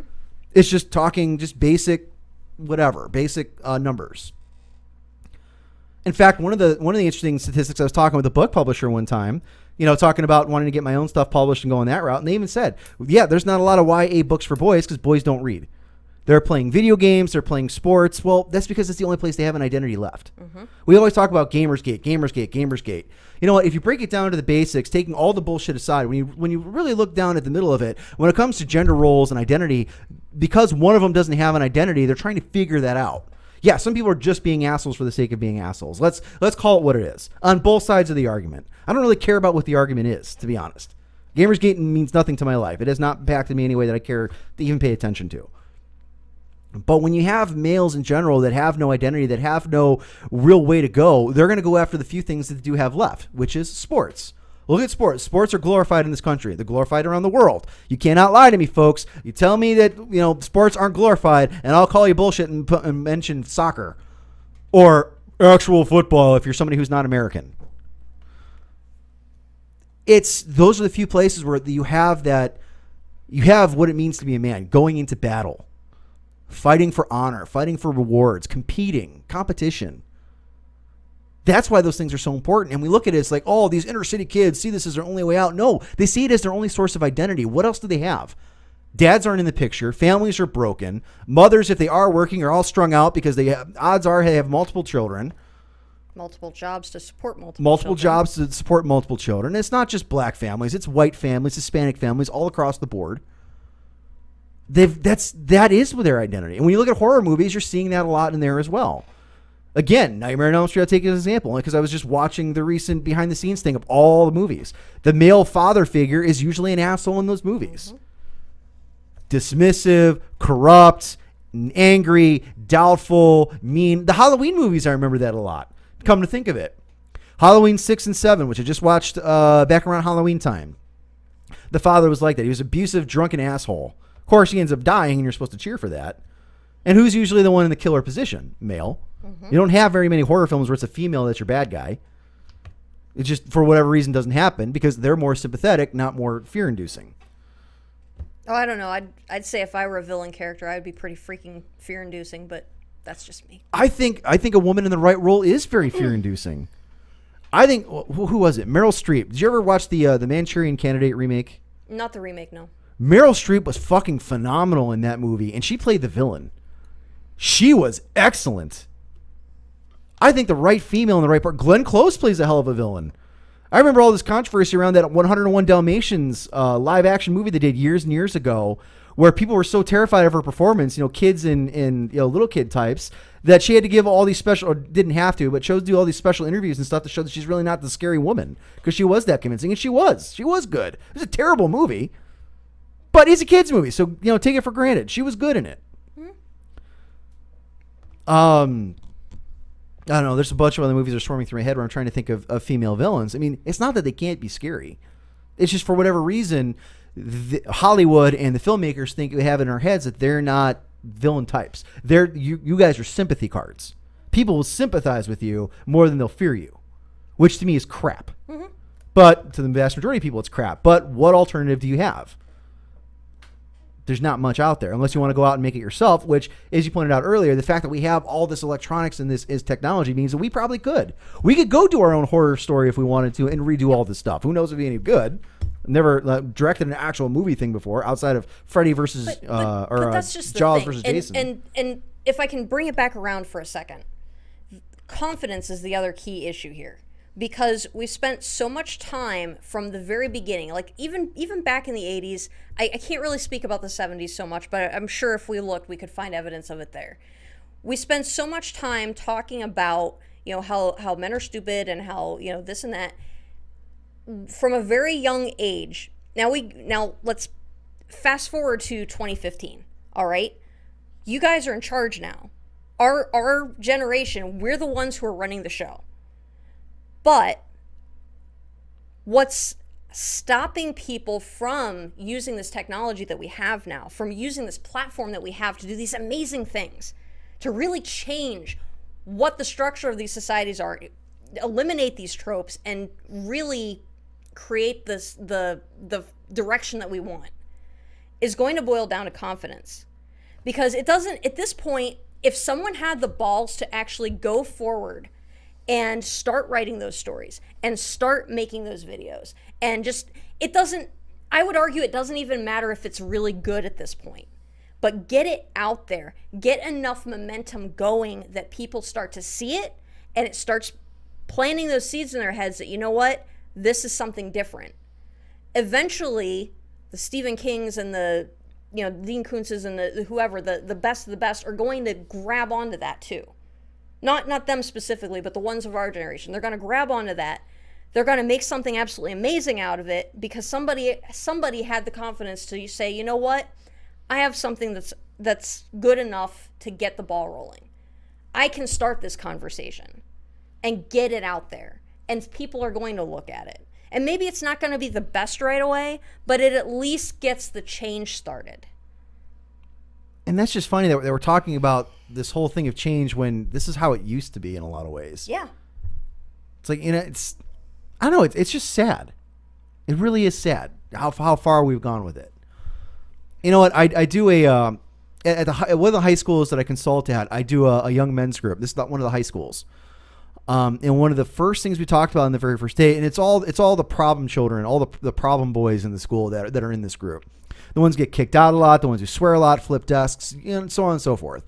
And one of the first things we talked about on day one was all the statistics that show how far men are falling behind. Not just in graduation numbers, in college numbers, in job numbers, enrollment numbers. Oh, huge in enrollment numbers. Now, you got one side that's trumping this as this huge, massive success that 60% of women are now graduating. We are so screwed. But you have maybe 30%, 35% of the men that used to go now going instead. So all you've done is flip the switch. Now you've got one group that is getting way ahead and the other group falling behind. And thankfully, some people that are originally on that side of the argument, the feminist side, are starting to realize that and are starting to say, hey, wait a minute, what are we doing? Those are the ones I respect. Those are the ones to me that I have faith that actually do believe in true equality. Unfortunately, there's not many of them. No. Or at least not that are willing to take a stand and come publicly and say so yet. But there are some that are out there. And men are falling behind. But what's the one thing we're talking about? Oh, in class and everything else. Oh, well, you have to look at, how much sexual crime is up and sex abuse and rape and blah, blah, blah, blah, blah, blah, blah. Well, Again, you have no male identity. You have no male figure there to guide them toward in another direction. Well, we need to show that men can follow women leaders and blah, blah, blah, blah, blah. Really, it's that simple. No, women It's that leaders can simple. show people that people can follow women leaders. That's not. Yeah, a but completely different. There's argument. one guy that I forget what his name is. This huge motivational speech guy who came out and talked about that. Oh, the way to curb violence towards women is to have young men being shown that they can follow women. It's not that simple. Nope. It's nowhere near that simple. If it was that fucking simple, well, we could just put him and have him take one class in school and then everything would be fine. No, this is a whole identity issue. Mm-hmm. It's a whole, we've destroyed the male role. And horror films reflect that. Society reflects that. Commercials reflect that. I know there's a lot of good conversation going on in here in the IRC about it. Talking about how chivalry is dead. And a couple people are saying, like, yeah, that pisses me off that people say that. No, time out. Chivalry's not dead. Chivalry's just been, buried with bullshit, and eventually we'll dig it back out. It's still there. It is. It's still there. It's just we need to make sure that, like I said, we're in charge now. We have the power of bringing it back to the forefront, and Varya is saying it is the age of outrage. Everyone needs an apology for everything. You know what? I think of it as a culture of victimhood. Mm-hmm. Everybody's a victim of something. Everyone's a victim of circumstance. No one is a victim of their own stupidity, their own choices. Because you know what? Just because you're stupid doesn't mean you make bad choices. Sometimes you make bad choices as a smart person because you're figuring shit out. But we have a culture of victimhood perpetuated by every single freaking part of society that possibly could. That's what products are made. That's what TV shows are made on. That's what, that's what commercials are all about. You're a victim of something, so you need something to take care of this problem. You're a victim of a father and son spending time together. So we have to go ahead and give you a new way to watch your TV shows unhindered. That is social programming in a lot of ways. Mm-hmm. Now, people are like, oh, well, commercials don't have that effect on me. Well, obviously it has a greater effect on society because look at how things are going. Especially here in the States. I can't speak what it is globally because I don't have enough knowledge of that. The few people I talk to that are outside the States, usually we talk about game stuff. So, I mean, take it for what it is. But horror movies and horror stories are doing the same exact thing. All right, so let's go ahead and move on to a later topic because we are at the 6:30 hour. Oh, that was a damn good conversation, I think. I was actually surprised you popped that on there because I was hoping it would turn into something like this. And I think it needed to. Now, it's not. This conversation isn't over either. But yeah. Oh God, no! This conversation is gonna be going on for a long time.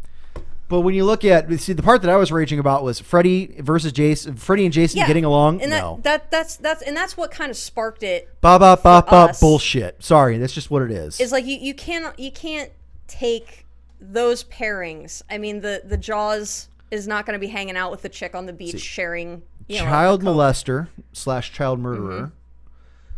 Guy that was killed because counselor was too busy having sex to pay attention to him. Flip around so I can see him. Child molester in a commercial that leans towards kids. And guy that was drowned as a kid, picked on because he was deformed, and was pretty much, killed because of incompetence and stupidity. Yeah. Good friends. High five, bro. Oh, sorry about the claws. I mean, I don't know. Yeah. They're taking these great matchups from your culture and turning them into, and they even said, and this is, I need to post this link in because of a chicken nugget, they can set their differences aside. No, they said it's reigniting the I'm Loving It theme by, quote, introducing a new platform that puts more focus on lovin', end quote. Bullshit. That is a specific company statement. Bullshit. And that's really what started for me when I read that, because it's like, no. Because we've destroyed what was left of male identity enough. Don't take that from us too. Don't do it. Too late, they're trying. Anyway, moving on. What's our next topic? I was going to read some of the comments here because this is kind of interesting. Okay. Thank you, Sammy Asa, for going ahead and posting the link to that commercial for those of you that want to see it. Oh, thank you. Manly Stuff saying that I just had this conversation about teenage pregnancy, arguing against teenagers being blameless. And then Varya responds, they're to blame and so are their parents. Yep. Son, they ain't blameless, adds Tree. And then Vampy says, someone said that they were blameless. Of course, that happens all the time. It's not yeah. my fault. It's society's fault. It's man's fault. It's black people's fault. It's white people's fault. It's this person's fault. It's that person's fault. Come on. Whenever there's a problem, what do we as a society do? We blame things. That's what we do. And then whoever comes up with an actual idea, we make sure to shame them loudly enough so they go away. Because that's how diversity works in this country, in case you guys didn't realize that. See, we celebrate diversity by going in and destroying anything that even resembles diversity. Because that's quote unquote what we're all about. We're going to tolerate and accept different points of view, but we're damn sure going to make sure we go ahead and silence you by shaming you as publicly as we can. And if we can't do it, we're going to get the media to do it for us. And that's what this whole fucking thing's about. A culture of blaming, culture of victimhood. And anyone who argues otherwise is part of the problem. They're the ones perpetuating it. Now I'm going to go ahead and move on because I don't want to get into a rage here. I'm not drunk enough for a rage. This one would actually hurt. All right, so we're going to move on to a new one. This comes from Deadline.com. 2014 box office admissions, the lowest since 1995, and how the studios rank. Now, this is very interesting because we've spent a lot of time talking about movie theater experience versus home theater experience and how that impacts your horror viewing enjoyment. All right. Despite a fantastic Christmas at the box office, 81 million people didn't buy movie tickets this year. Not only were this year's domestic admissions of 1.2 billion, off 6% from 2013's numbers, but the number of tickets sold hit their lowest level since 1995, when 1.211 billion people went to the cinema. Calculations are based on this year's third quarter ticket price average of $8.12. Really? Where the hell's that at? Because everything out here is like $12. The upside is thanks to Christmas. 2014 crossed the 10 billion threshold with a current estimated running cum of from January 1st to December 28th. Blah, blah, blah, blah, blah, blah, blah. I want to see what the actual rankings are of theaters. So I want to scroll down a little bit. They talk about specific movies that are out, how they fared. Give me your notebook. Artemis gets a point for just being awesome. Actually, while you're looking for that, the specific comment was, that reminds me, if a Mexican and a pedophile fight, is it an alien versus predator situation? So context, yes. Point.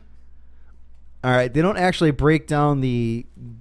Oh, no, they do, but they list a whole bunch of crappy fucking movies with them. All right, so here we go. Here's how they did overall. 20... Oh, wait. Even up from there. All right. There we go. Okay. 20th Century Fox currently has a lock on the number one spot of the 2014 box office with $1.769 billion made in revenue. That comes from X-Men Days of the Future Past, Dawn of the Planet of the Apes, How to Train Your Dragon 2, Gone Girl, Rio 2, and The Fault in Our Stars. So that was their tentpole movies of this year. And they have a couple other little ones down here that are listed. None of them are really horror related, other than, I'd say Dawn of the Planet of the Apes would probably be close, but that's probably more sci-fi. And Gone Girl, but Gone Girl's more of a thriller. Then we'll move down here a little bit here. Last year, Warner Brothers was the number one studio with $1.86 billion. Of course, that's when a Batman was released. To date, they are third with $1.54 billion and down 17%. What Fox is this year was Warner Brothers last year. Number two was Disney. Sorry, I forgot to mention that. Disney is taking second place with $1.59 billion, and we all know what Disney is responsible for and all the shit that they pulled out. They can thank Frozen for 90% of their fucking revenue this year, and the rest of us can thank them for going ahead and ruining everything for us.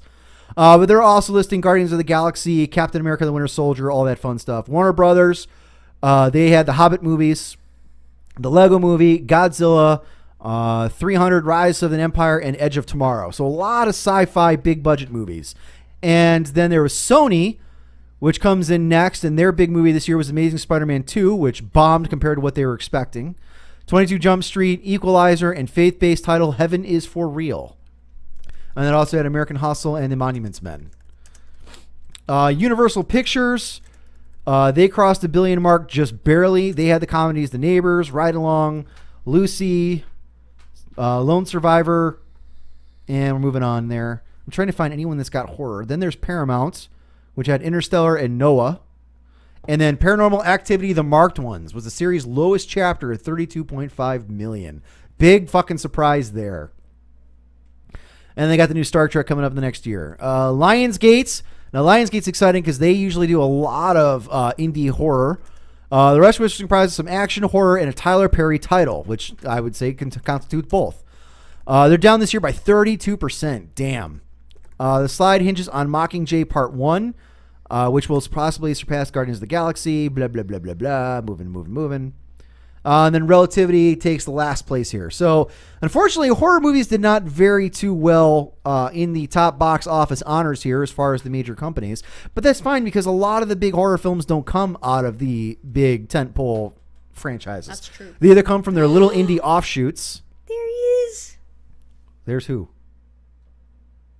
Who are you looking at? There he is. There's my Hiddleston. Oh, he's in a new horror story called Crimson Peak. Guess what?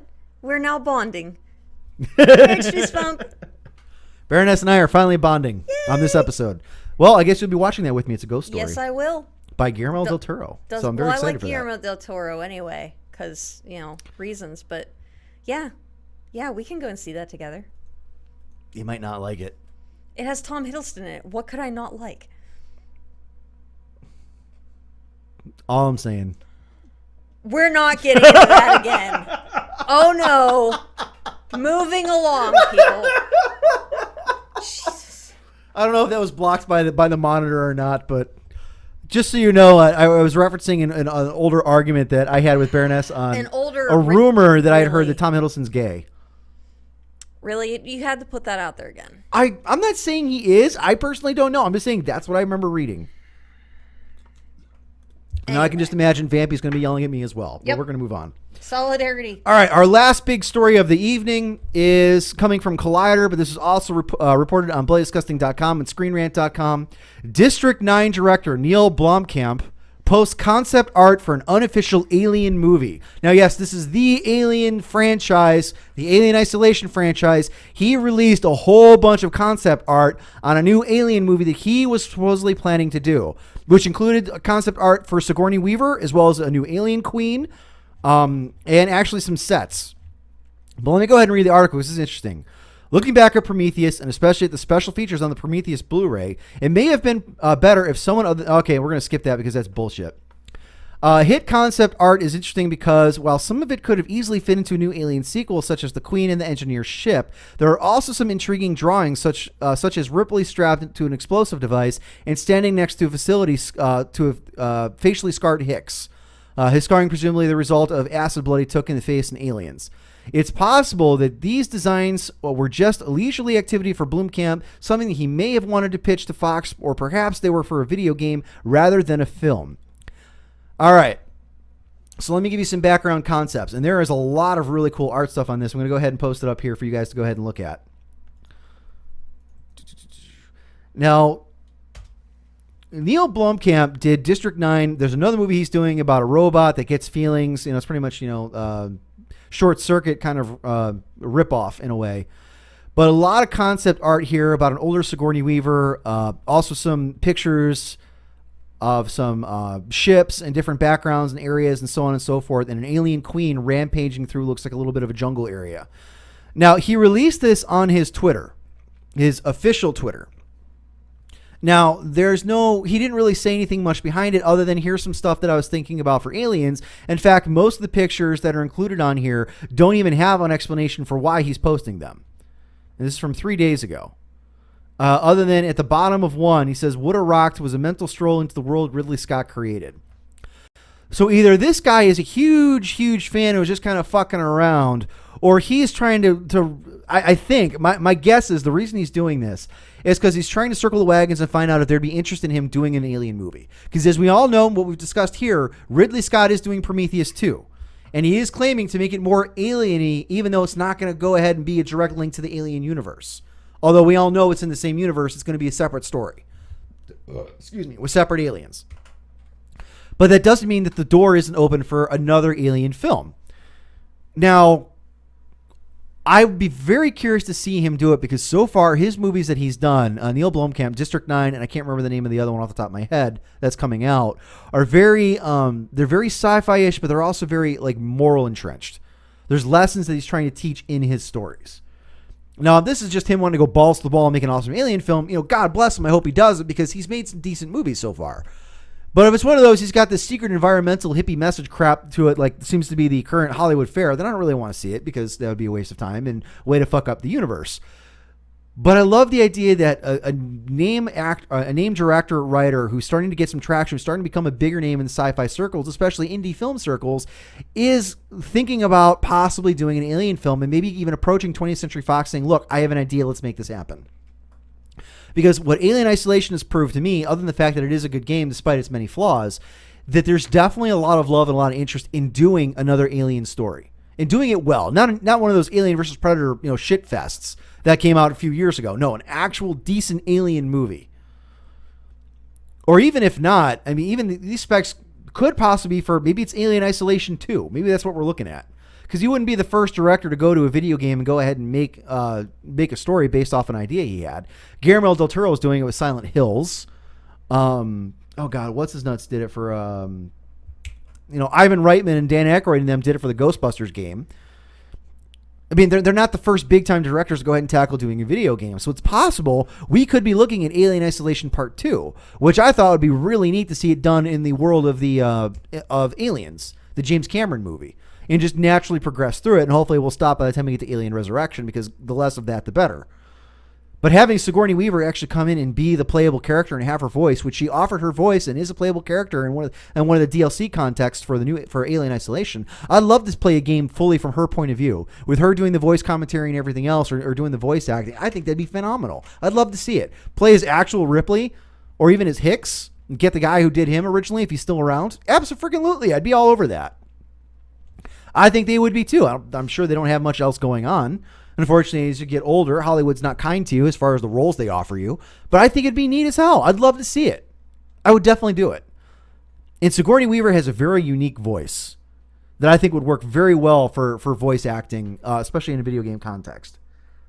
So we don't know what this is yet, other than just some concept art of what possibly could be. It is unofficial. But Neil Blomkamp has supposedly sent this off of his own personal Twitter.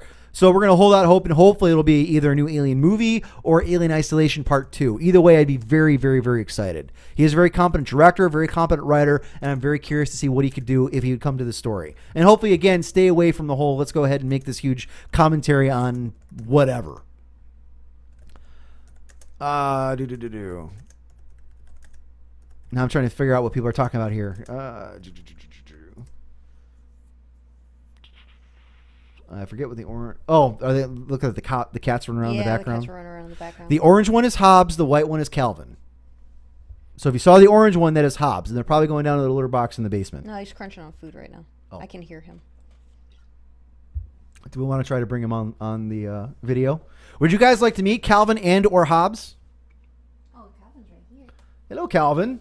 We're going to introduce you to Calvin, the #1 fighter in our cat fights video. There he is. Hi, Calvin. He is a daddy's cat. Say hello. Oh, now you don't want to talk. Usually you're the talkative one. This is Calvin. He weighs in at about 10 pounds. He is stronger in the front. His claws are medium length. What he loses in strength, he makes up for with speed. So I think if we end up doing this cat fights cage match like we're hoping to, I think he will not have the advantage of speed inside the cage. He's a much better hunter, though. Yes, he is the little hunter. He has a little hair on his head. There we go. Now he said hi. So hopefully you guys heard that.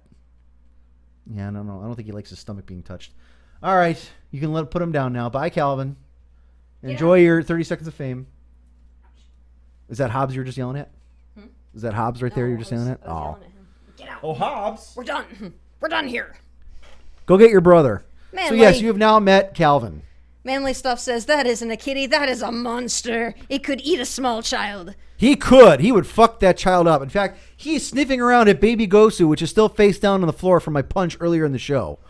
And now he is sharpening his claws in his scratch post. He is ready to go to town. He is currently training, folks. If you were to blast a Rocky theme right now, this thing would be poetic. And now he's licking himself because that's not poetic at all. Come on, Calvin. Now he's looking at possibly... Oh, what is he meowing at? I don't know. He just meowed at the wall for reasons. Who knows? Baby says she wonders how Manly Stuff would deal with my... what's that? Akron. If he thinks that is a big kitty. I'm assuming that's her kitty. Yeah, my cats are not huge. They're slim, but they're beefy, and they are good fighters. Calvin is definitely the hunter. Hobbs is the risk taker. He's the daredevil. Hobbs is the one who'll go up and bitch slap you and then run. Yep. Manly Stuff says then her cat must be some kind of catzilla. He is now up there on his favorite perch looking out the window. He'll be there for a while. Yeah. He's looking for Hobbs, you can tell. I know. Hobbs. All right, keep an eye in the background. You might see Hobbs coming up here shortly. Ooh, look at Calvin's giving me a dirty look for that. I'm right here. Why are you calling for him? We've also found out through non-scientific methods that cats do get jealous of each other. Very, very jealous of each other. What I think is what lends to their bitch slapping. All right, so let's look at the time here. We got 10 minutes. Unfortunately, I'm out of topics. You know what that means. Hold on. Did we? Got that Make sure one. we got everything. Got that one. We talked about podcast land. Rivalcast doesn't come until 8. That's it. There was not a lot going on in the world of horror this week. Were there any other broadcasting notes we needed to announce before we get into after hours?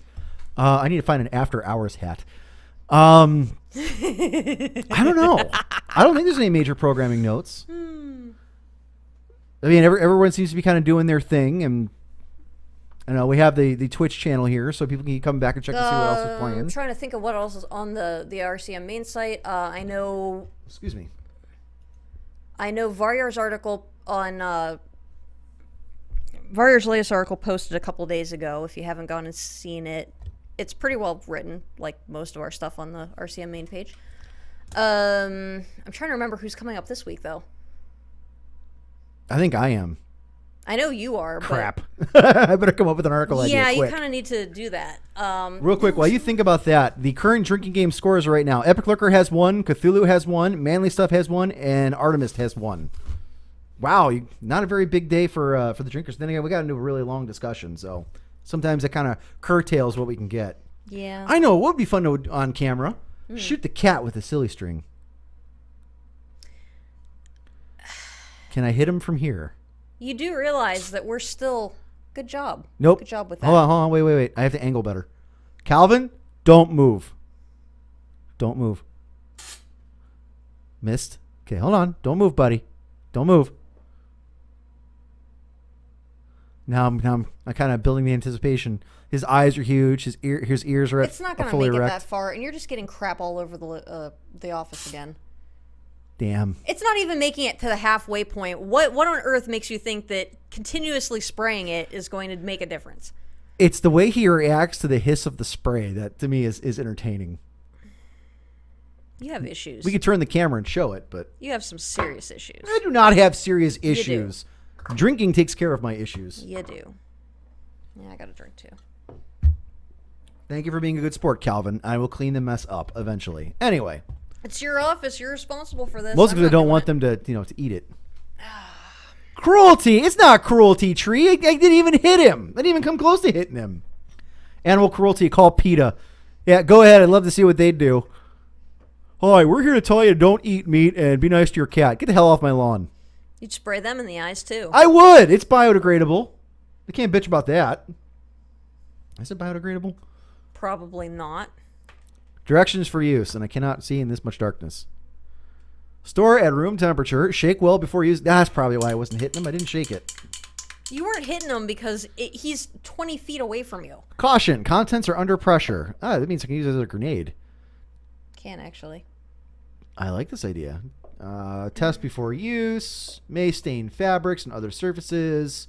May stain your cat. Nummy nummy. It doesn't say anything about being biodegradable or non-biodegradable. Huh. It just says do not puncture. Caution. Caution. Caution. Contents may be harmful. Caution. Read warnings in each container. Caution. That's a drinking game in itself. How many times can they fit caution on one label? Relax, Calvin. I'm not going to shoot you. Every time caution comes up on the silly string can, you got to take a drink. Stubby says PETA equals people eating tasty animals, right? Exactly. Very tasty animals, except my cats. We don't eat cats. Ah!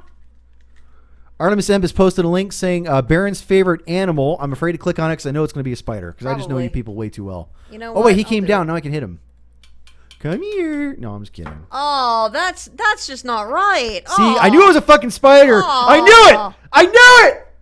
Like Fuck you. It's a trained one. It looks like it's... Is it wearing Oh leather? my god, it jumps on the camera. It looks like it's wearing a leather suit. It jumps on the camera. Look at that. It can fucking jump. And you wonder why I want them all dead. Oh, but they kill mosquitoes. That one can eat a fucking house cat. Calvin and Hobbes would be endangered with that thing around. But no, wait a minute. Won't somebody please think of the children? I am thinking of the children. That thing could carry off a small baby. Imagine baby Von Gosu coming home one day and he's in a web, being snacked on by a spider. Wouldn't that suck? That means he got to eat him before we did. And then it's tainted meat. You can't eat tainted meat. They tell you about that all the time. Don't look at me like that because you know I'm right. That's why we won't eat meat wad after we grill them. We're just gonna, put them out. I ain't tainted meat, woman. I'm I sorry. was pure. I was fine. I am fucking meat rod, bitch. You roll down the street. There are feathers I out there. have a There's skateboard I use. And I disgustingness. use a skateboard with that No. push with my little paddle thing. Kind of like a paddle boat because I'm lazy. It doesn't help with riding my 10 speed, but it definitely helps with going ahead and moving myself around on a skateboard. It also really helps that I have arms, so that way I can go ahead and play some Alien Isolation on Baron's Let's Plays, which I think should be renamed to Meat Rod's Let's Plays. But I think there's some copyright issues with that. Exactly, Killer McCoy. Tainted meat. You're eating tainted meat. Oh. Sammy says, did anyone else ever hear about those desert spiders? No, we didn't. Stop it. That's a bad Sam Mason. I hope you choke on one of your friggin' hot peppers. Wow, this is getting personal tonight. Well, look at what they're sending us. Of course it's personal. They're sending agents of Arachnos to our computers as if we aren't having enough issues with them as is. Now if I get a virus, guess what? It's because the spider bit my fucking webpage or something. That's why. Tell me it's not possible. Glorious. Trust me, folks. It is possible. Glorious. Manly Stuff says, wait till my gift arrives, Baron. Uh-oh. I'm telling you, if you sent a fucking foreign spider, I'm killing it. I'm not, you know what? At this point, I'm not even going to open the package. I'm going to wait like 3 weeks. So if there is something in it, it's dead. So it's nice and dead. That way when I open it, I'll open it outside. We'll be fine. You're going to take video of you setting the unopened package on fire, aren't you? Flamethrowers are really cheap. I really hope so, Tree. I really hope so. I'm going to give him a point for that. Doesn't help our tie break, but at least it feels supported by somebody. 2, 3, 4. So now we have a 5-way tie. Fantastic. Yeah, but I don't think Cthulhu's around anymore, so I think we can take him out. I wouldn't, because he'll learn of it and declare vengeance. No, Baron, put it in the microwave. I'm not going to put it in the microwave, Sam. That's just no. You're afraid of setting something on fire. I am afraid of setting. I can light something on fire outside all I like. You know what? I have a fire pit in back. Let's go use that. I can imagine myself sitting there with Manly Stuff's package right there, opening it and shaking it above the fire pit. Fire already going. You know that the spider would actually, be attached inside the thing, so even if you shook it, it wouldn't come out. Then I would set it down on the ground and then kick it over so I could see inside of it. And I would make sure I have my gun with me. Last time I checked, bullets are not invulnerable to guns. Bullets are Aliens not are, invulnerable to but not guns. spiders. Tree's flamethrower shop. I would shop there, Tree, if it makes you feel any better. I would definitely shop there. For all your flame-throwing needs. Let's see. Is it the glitchy Rocky? What? Oh, referring to the cat's training. No, it's the actual Rocky theme. I said if we could play it, it would be fantastic. Now I kind of want to take a video camera and just watch him random times just running around or scratching at a scratch post and then just sync it up to the Rocky theme music. It's like he's training to fight Hobbs and then do the same for Hobbs. He's running up and down the stairs. Okay, so which one would be Rocky and which one would be Apollo Creed? I don't know because it's hard to see because they're both underdogs really if you think about it. They each have their advantages. We're not underdogs, meow. Hobbs is meatier. He's thicker, so he's got more muscle. Calvin's a little faster. Calvin, I think, is a little smarter in battle, too. Yes, in battle, yes. Otherwise, I'd say Hobbs is probably the smarter of the two. Hobbs is a problem solver by nature. Calvin's a whiner by nature. They're both intelligent in their own ways. Like, Hobbs still doesn't understand the concept of a window because he ran face first into the glass again today. And I haven't cleaned that glass in a couple of weeks, so I mean, there are smudges. He can tell that there's something there, you'd think. That's because a bird flew by the window. All right, so we're going to do an after-hours drinking story or not? No, we're not doing Clubber Lang, Artemis. We're going to forget that Rocky 3 ever happened. We're going to give Rocky 3 the Rocky 5 treatment. After hours. All right. Let's see, a drinking story. Do you have any fun drinking stories? Because I told a lot of mine. Which my fellow Decibel Pirates listened to last week's episode and loved the drinking stories. Fantastic. Well, because they're all true. Yeah. They are. They're all true. No, most of my drinking stories are very, very depressing. So, yeah. Can't make anything funny happen out of them? Not really, no. Well, this sucks. I can't be the only one that has funny drinking stories of the two of us. Make one up. No, I'm kidding. Or add like punching a baby or something in the story. We'll have a new fanfic line coming out in a couple of months. Baroness's drinking stories. And then while I was drinking and I was looking at the knife and thinking of cutting myself, I just up and punched that fucking baby right in the face. Because reasons. See? That has a funny ending. And a baby got what it deserved. What is wrong with you? What is wrong with me? You're the one that has the baby on a sacrificial altar. I'm looking right at it. You're the one who told me to put the Santa Claus hat on it. No, I'm the one who told you to put the candles around it. But you're the one who put it up there in the first place. The candles were already there. You said put the Santa hat on it because it would be more, what was your phrasing for that? Because festive? It was hilarious. Festive, yes. If you're going to sacrifice a baby, it should at least have a Santa hat. Why don't you grab the baby and show it to him? We can't show them they already saw the Vigo poster. By accident. Grab the baby and some of the candles, and leave the Kurt Cobain poster alone. All right, you are now going to see the sacrificial baby that Baroness had set up underneath our Vigo poster. Yes, there it is. In fact, you can see a picture of this by following us on Twitter at Ghost in the Cast. We have a picture up there of the baby on the sacrificial altar with the Vigo poster. Is it on? It should be on our Facebook page too. Rivalcast Media, or Facebook.com/RivalcastMedia. Facebook.com/RivalcastMedia. You can find it there as well. Yep, there it is. Cradling a candle. An open flame candle. Yes, because we're all about safety here with babies. As you're staring at me, oh, you're terrible for punching the baby. At least I'm not trying to light the fucking thing on fire. Shh. Ow. Yeah, I'll give you a shh. Hold still. You jackass. There's your shh. Shh. Shh. Don't moon me with the baby. That's disgusting. Don't show me that baby's ass. Come here. I'm going to blow some air up its ass. Come here. I am out of rounds. So I have to do what Spider-Man does. Or not Spider-Man, but what they do against... Jackass, you got that all over my laptop again.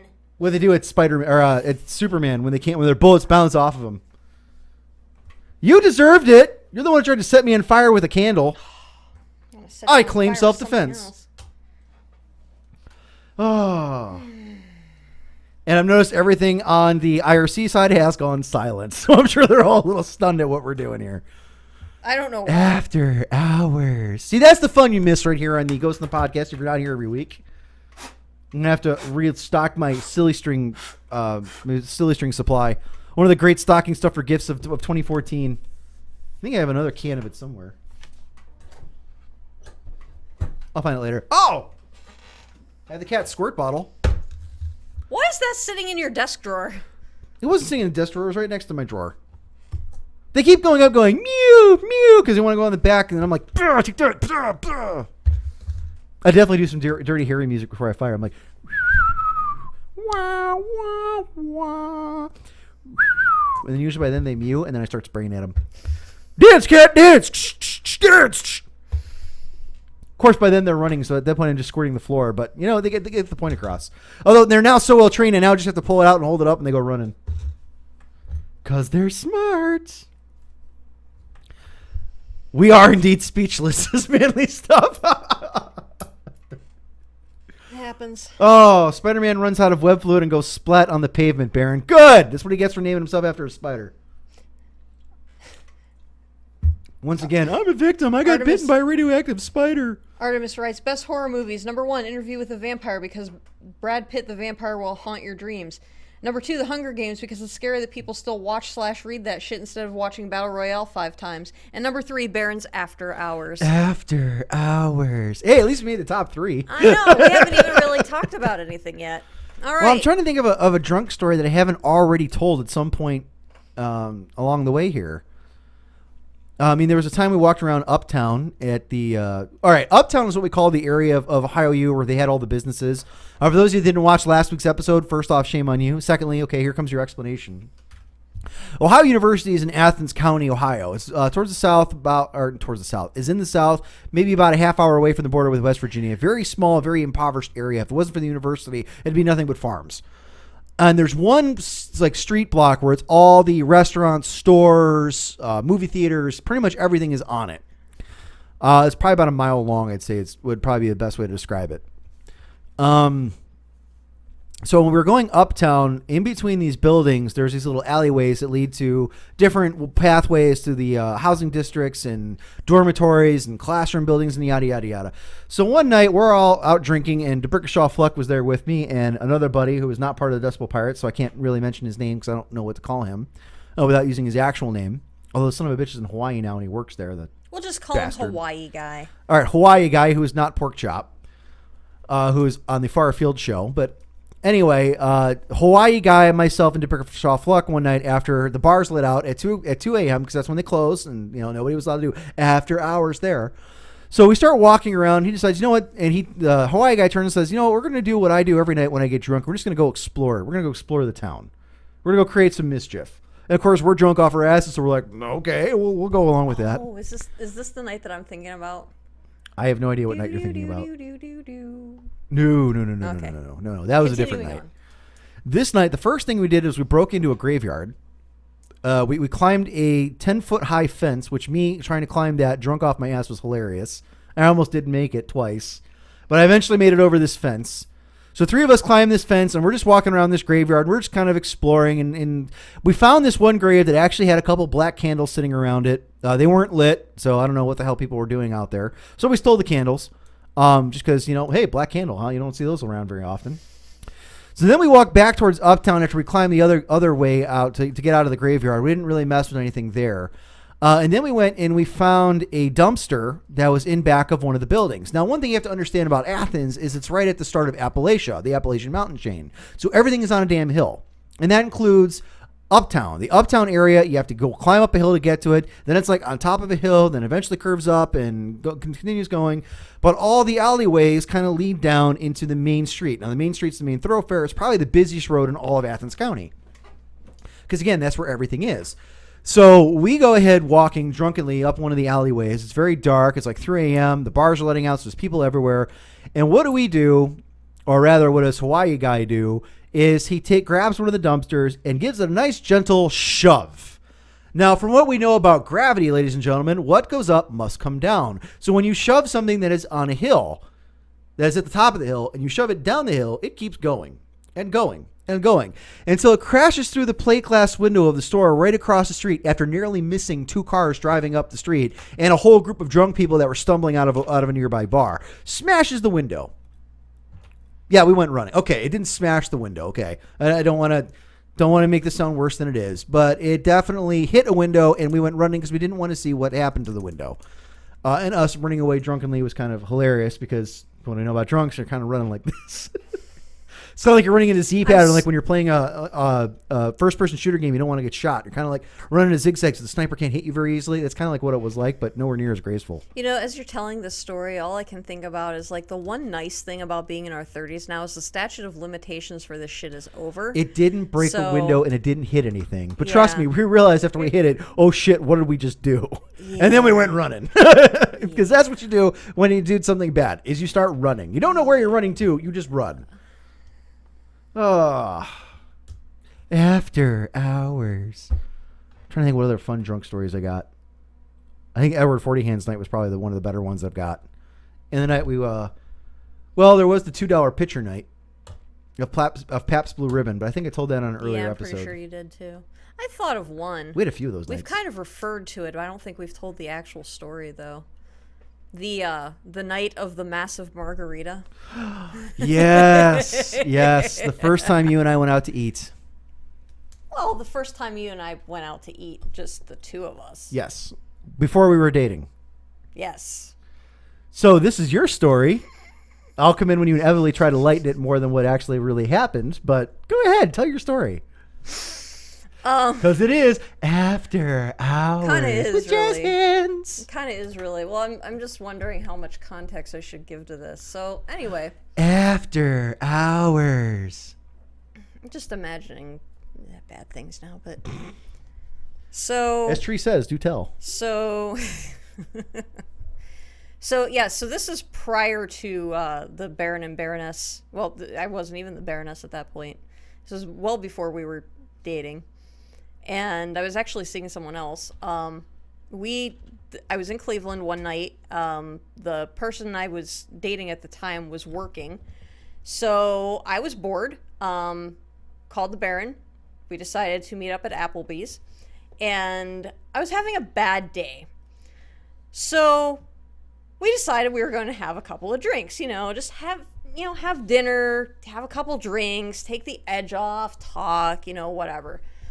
So, until I discovered Line and Kugels, I was not a big beer person. I remember you had a beer that night. I was more of a spirits kind of a girl. And Applebee's made this fantastic margarita. It was a frozen strawberry margarita that... This big. Hold on. We're getting to that because it wasn't like that at first. But they made this fantastic frozen strawberry margarita. It was just like having like a slushie for adults. It was great. It was delicious. So we're out, and you were like, order whatever you want. I was like, fine, this is cool. So I ordered this margarita, but what I wasn't paying attention to was they had two. They had the regular margarita, and then they had what was called the Megarita, which we're like, okay, well, the kind of week that I'd been having, more alcohol was probably going to be better. So I ordered this thing, and when they bring it out, like they brought out your drink first, I remember that, and then they brought out my drink, which wasn't really a drink so much as like a bowl like this. And we hadn't had our food yet. So, I mean, it was, we're talking. It's going down pretty easily. I maintain that I was fine. You felt otherwise. You may have been issuing challenges about my ability to walk a straight line and do a little dance in the middle of the restaurant, which I sadly accepted. And then we decided to go and visit my significant other, who was not pleased with you, as I recall. As I recall this, after our first couple sips. What? It wasn't quite I'm not drunk. It wasn't quite that bad at that It point. was, because even the waitress was turning around taking a look at you. We were concerned, and They you were only shouldn't like have a third of given the me way a in. bowl of liquor, all right? That's what you ordered. You ordered a friggin' aquarium. That's what it's called. They're like this fucking big. We're not even joking about that either. No, we're not. It's this fucking big. After that night, it was mysteriously taken from the menu, so I couldn't have been the only one there. You had a bad case of the giggles. I did, too. And any little thing that you thought was even remotely funny, it was like a 5-minute ordeal of... And you know what? Now that I think about it, I'm pretty sure that... I'm like that when I'm sober, though. Yes. I'm pretty sure GameStop Steve was up there that night, too, if I remember right. No, after we went for our walk from Applebee's. because he worked in Avon at the time. Did he? Yeah. Okay. He wasn't in North Olmsted yet. He rotated around a lot. I know He didn't that. go to North Olmsted. There was another time I was drunk and I showed up at their store when he was there because we were already married by the time he moved out to one of the stores out here. Okay. I know I'd met him before that though, but anyway. Well, yeah, because I worked at the Avon store. No, but I mean before you and I were. Oh, I'm sure you did. He and I hung out every so often. Not in relationship to you. I love this. Not everything is about you, believe it or not. You You are so drunk. I am not drunk. I can do a dance if I wanted to. You were really? drunk. Do it. The mere fact that I got you up in the really middle of did. a busy Applebee's to do a dance proves that you're drunk. I do that when I'm sober. I don't know why that was No, you don't. like that. I was singing. If I tell you too. get up, sing, and dance in front of a bunch of strangers at a restaurant, you don't just automatically do it for reasons. No, you don't. When you're drunk, you do. See, yeah, you're not denying it because you know it's true. That was a funny night. Yeah, he was pissed, and I could care less. Not as funny as the Well, night I we went to couldn't the care drive-in, less. but- Oh, yeah, that was a funny story. So, to mess with Baroness's old boyfriend, because we were friends for a time. I forget, were you guys fighting? Is that what led to this? I think it was one of those, you came in town to visit him and he went into work instead. It was or something like that. No, he did that on a regular basis. This was shortly before we broke up. So yeah, I wouldn't say it was exactly a fight. I think it was more like a continuous animosity. Artemis says that you're not really drunk until you lose your grip on the floor. And then I was manly coming stuff and close. Artemis Emperor jumping into, you can dance if you want to. You can leave your friends behind. That's what I was singing actually in the bar. Anyway. Continue. Yeah, that was so you guys were fighting about something. I don't remember what exactly it was, but you're right. There was many things you guys were fighting about. So she comes into town to visit. He goes into work. She's bored. Calls me up and says, "Hey, let's go do something." So I'm like, "Okay." So I go and pick her up, and we go out and we do things. And then we call him and joke that we're going to go to the local drive-in to go see a movie together, which is like the hot spot for young couples. Go to the drive-in. And we sold it where he legitimately believed we were going to the drive-in. Like we were telling him we were driving in, we were pulling in right now. And it's like 5 minutes before he gets off work too. I'm like, yeah, you could come join us eventually. I don't remember how to get here. Meanwhile, we're actually parked outside of his store waiting for him to come out. That was Oh, hilarious. he was fuming. You could see the look in his That face was through the hilarious. window. He was Put fuming. Baron on the phone. Is he with you right now? It's like, well, obviously we're driving around together. Where else would he be? Yep. And then he goes, "Are you guys really going to the drive-in?" Yeah, we're right there. We're pulling in right now. Why? Is that a problem? Oh no, not really. Can I talk to Baroness again? Sure. Here you go. Meanwhile, we're both trying not to laugh our asses off. He was pretty pissed when he came out. Well, and I understand why he'd be pissed. That was a dick thing for us to do, but it was still fucking No, hilarious. I think it was you did it, and I just went along with it, which,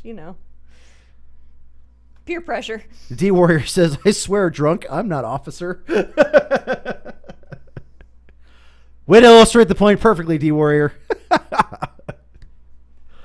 Oh man, But you Those know were- what? those were my, fun times. My argument still stands. If your girlfriend / fia, yeah, we were engaged. yeah, I at think that you guys were point. engaged by that point. Makes the effort to come into town. Well in advance that she's coming in, and then at the last moment, after she arrives, you tell whoever that I can come in and pick up an extra shift tonight. Yeah, that's fantastic. Let's just do that and see what happens. Yeah, the one that I used to date in Pennsylvania did that to me as well. I know. The last time I went out there, I'm aware. and I'm aware it was very carefully planned. I'm aware. Her friend that I ended up getting pawned off on kind of spilled the beans accidentally because he knew all about it. Apparently he realized his mistake afterward, but unfortunately by then it was too late. Well, the less said about that one, the better. It happens. Anyway. Okay, we're at 7:17. We should probably go ahead and end because I know Rivalcast is probably going to want to set up soon. Vari, are you on? He was. I know he was, but I didn't see him drop out at we'll all. give a couple of minutes to catch up. Well, I'm trying to think. You know what? I need more time to prepare for an after hours bit. All right, next week we'll do another after hours bit. I promise. If we feel like it.